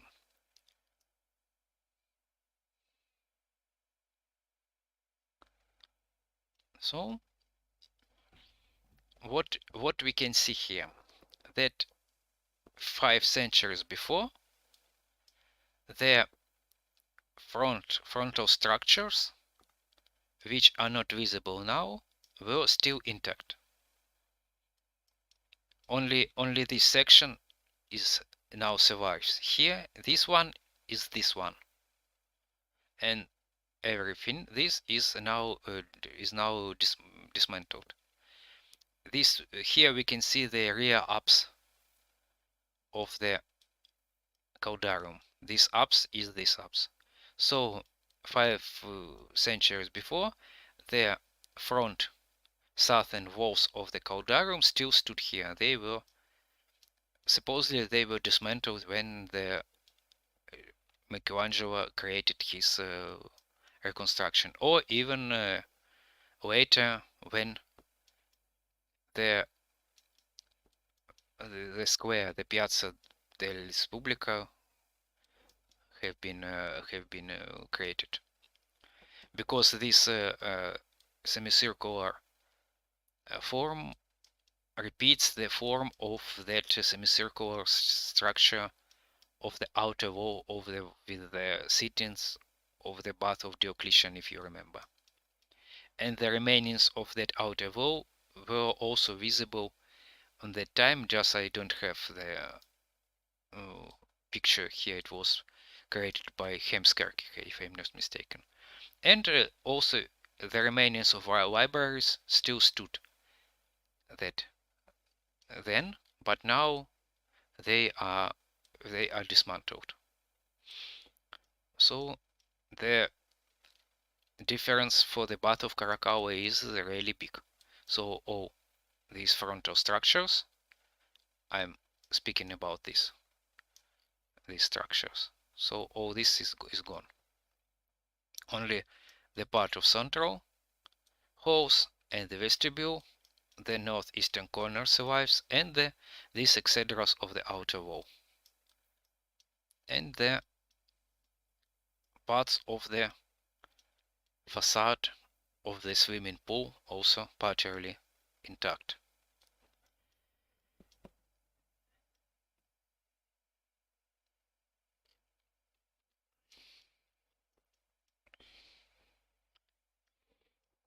On the left, I'm reading the comment. On the left, an octagonal hall that was a museum in the 1990s where the famous bronze boxer was displayed. I think you speaking about this octagonal hall, which I have mentioned already as the survived part of the one of the lateral halls of the Bath of Diocletian. As for boxer, I forgot to mention it when I was when I show the Bath of Constantine, because this famous brilliant sculpture have been found during the excavations on the site of it, and supposedly the bronze boxer eventually was located in the late ancient times in the Bath of Constantine. So the famous Hellenistic ruler sculpture is also supposedly from the Bath of Constantine. So, but in fact, these bronze statues are Hellenistic. Yes. In 1990s, Piazza della Repubblica was home to several porn theaters. I never knew this. Yes, very rundown, but now renewed. Yeah, yes, it was found on that site, because also the the Bath of Constantine also remarkable for other statues. There were statues corresponded to of that were era from the some depicting the sons of Constantine, of Constantius, or Constantine II. Also, there were statues of Castor and Pollux of Dioscuri, with the horses which now adorn the square on the Quirinal hill. And the initial purpose or the initial location of that great statues are now subject of discussions. Presumably they were initially the part of the pediment of the temple of Serapis on the Quirinal hill, of the enormous temple, in fact. But later they were moved and located, placed next to the bath of Constantine. So they were used. I'm just yes, this is the fountain on the Quirinal hill with these statues. And the location of the temple of Serapis was here. It stood here. These are remains of the substructures of the temple of Serapis, and the bath of Constantine stood here. So these Dioscuri statues have been founded, and eventually they standing not far from its ancient location. So I think that's it for this time, and I will now finish with the stream. So I will ask for one final time. If you have any questions, I see that the number of viewers is 9, so almost the rest went sleep or so. So we have the reason to finish with it. So if you have any questions, I will reply them, and then I will finish the stream. So I will check for a couple of minutes, and we will go towards the ending of the stream.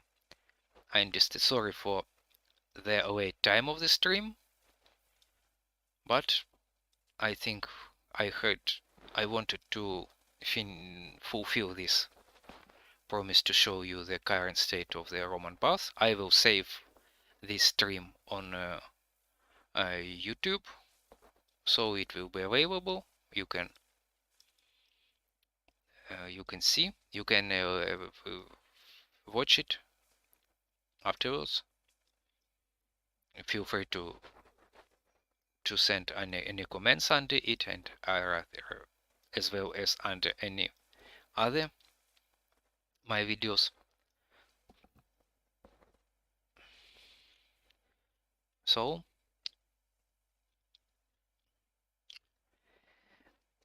no questions. Looks like no questions. So it's folks, my audience. So if no questions, so I will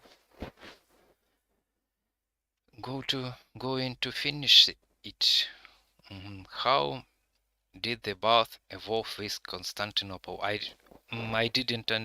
What do you mean? Do you mean the bath of Rome? If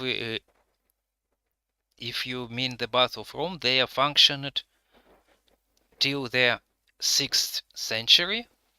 All the great Roman baths functioned till 6th century.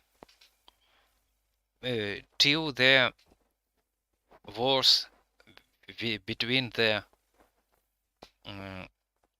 Goths and Byzantine Empire, when the aqueducts were cut off by Totila, and from that time the destruction of the baths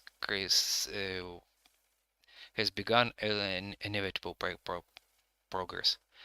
Bath of Xippus. It is is on Constantinople. I am not an expert in Constantinople, and I am not speaking. I'm usually not speaking about the topics in which I'm not expert.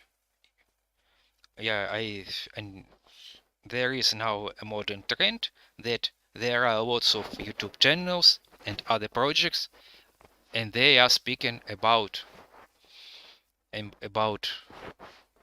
everything, everywhere, just like they are experts in everything. But I prefer to be a narrow expert in the ancient Rome architecture, and for now it is I'm not even an expert for the whole Rome history of city of Rome, because, for example, if you ask me about some buildings of the Republican Rome, yes, maybe my knowledge is of them is above moderate, but still not sufficient to call myself an expert in it so far. But I think I will fill this gap in future.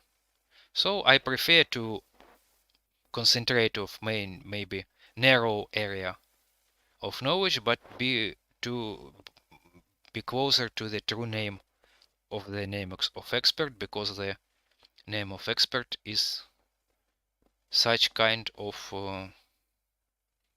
I don't know, it is not where it is overvalued for now. Everyone calls himself an expert. As for bath of Xipsus, I know almost nothing, because, for example, half a year I was in Constantinople, and I was in fact just a tourist. My knowledge about of the ancient architecture of Constantinople is very very low. So I don't I know very maybe more than the usual tourist, but not very. I even don't not sure where the bath of Xixus was located exactly. Maybe they looks like they were next to the hippodrome and attached to the Great Palace and Augustion, but I'm not. I don't sure. So Constantinople. Let's if for I also often receive the questions about will you create their constructions for other cities. It is the continuation of this topic which I have spoken now, that I am concentrating on Rome and I want to proceed to work with Rome for years. And I don't have big plans to abandon Rome and to move to the other ancient city to recreate it. I don't want to run from one ancient city to another. Let another fans of ancient history create their great big reconstructions. For example, for the Constantinople, there is a great project called Byzantium 2004 or 22 zeros. So the year 4 years before the sack of the Constantinople by Crusade. And but for now, I think it is a sort of inactive project, but their site and their YouTube channel is still available, and there are lots of very interesting stuff, so you can explore it. For example, I have seen the bath of Zeuxis and other buildings there, but I'm not an expert in it, of course. I'm just a visitor, and in this way, I am looking in this way. I have only 2 minor projects besides Rome, which I will support, since they are close to my area. They are also of late ancient period. These are Temple of Diocletian in Split and the Temple of Hilarius Felix Romuliana in Zaychar. They are very similar between each other, and they have the common features with late Roman architecture with which I am working in Rome itself. I have created the reconstructions for both these palaces, and I will from time to time return to them and issue some update for it. Maybe in future I will create some one more or two more reconstructions for similar relative small objects. For example, I'm interested in Via del Casale in Sicily, in Piazza Armerina, which also was the presumably location of the one of the emperor of the Diocletian Tetrarchy. It could be the palace of Maximianus, and this architecture also has some common features with late architecture in Rome. Of course, with the features of the regional architecture. It was also always a mix. So I think this is my vision of the situation. So if we haven't any more questions, it was the bath of Zeuxis, the last one. I will finish with it. So thank you for watching. Thank you for being with me today. I hope this information, although it was maybe a little messed up, sorry for the delay with the while loading the projects and so on, but I hope the information about the bus was interesting and entertaining, and I hope we will proceed with the streams tradition in future. You can feel free to write in comments after video if you want some other ideas of streams, maybe some dedicated themes or some other, and we will host one more stream for one specific topic. So thank you for watching. Be with us. Subscribe to project, follow our project, support our project if you want. As I'm saying, even a $1 per in Patreon per month makes sense. It could afford me and could release me from other side work and allow me to concentrate fully on Rome, and it will be in direct connection with the speed of recreating Rome. And my final goal, as I said, not only to create the virtual application, but to create the whole city in 3D within the Aurelian walls. So I will move towards it in any way. Thank you for watching, stay with us, and we will relive the history together. Goodbye to all you.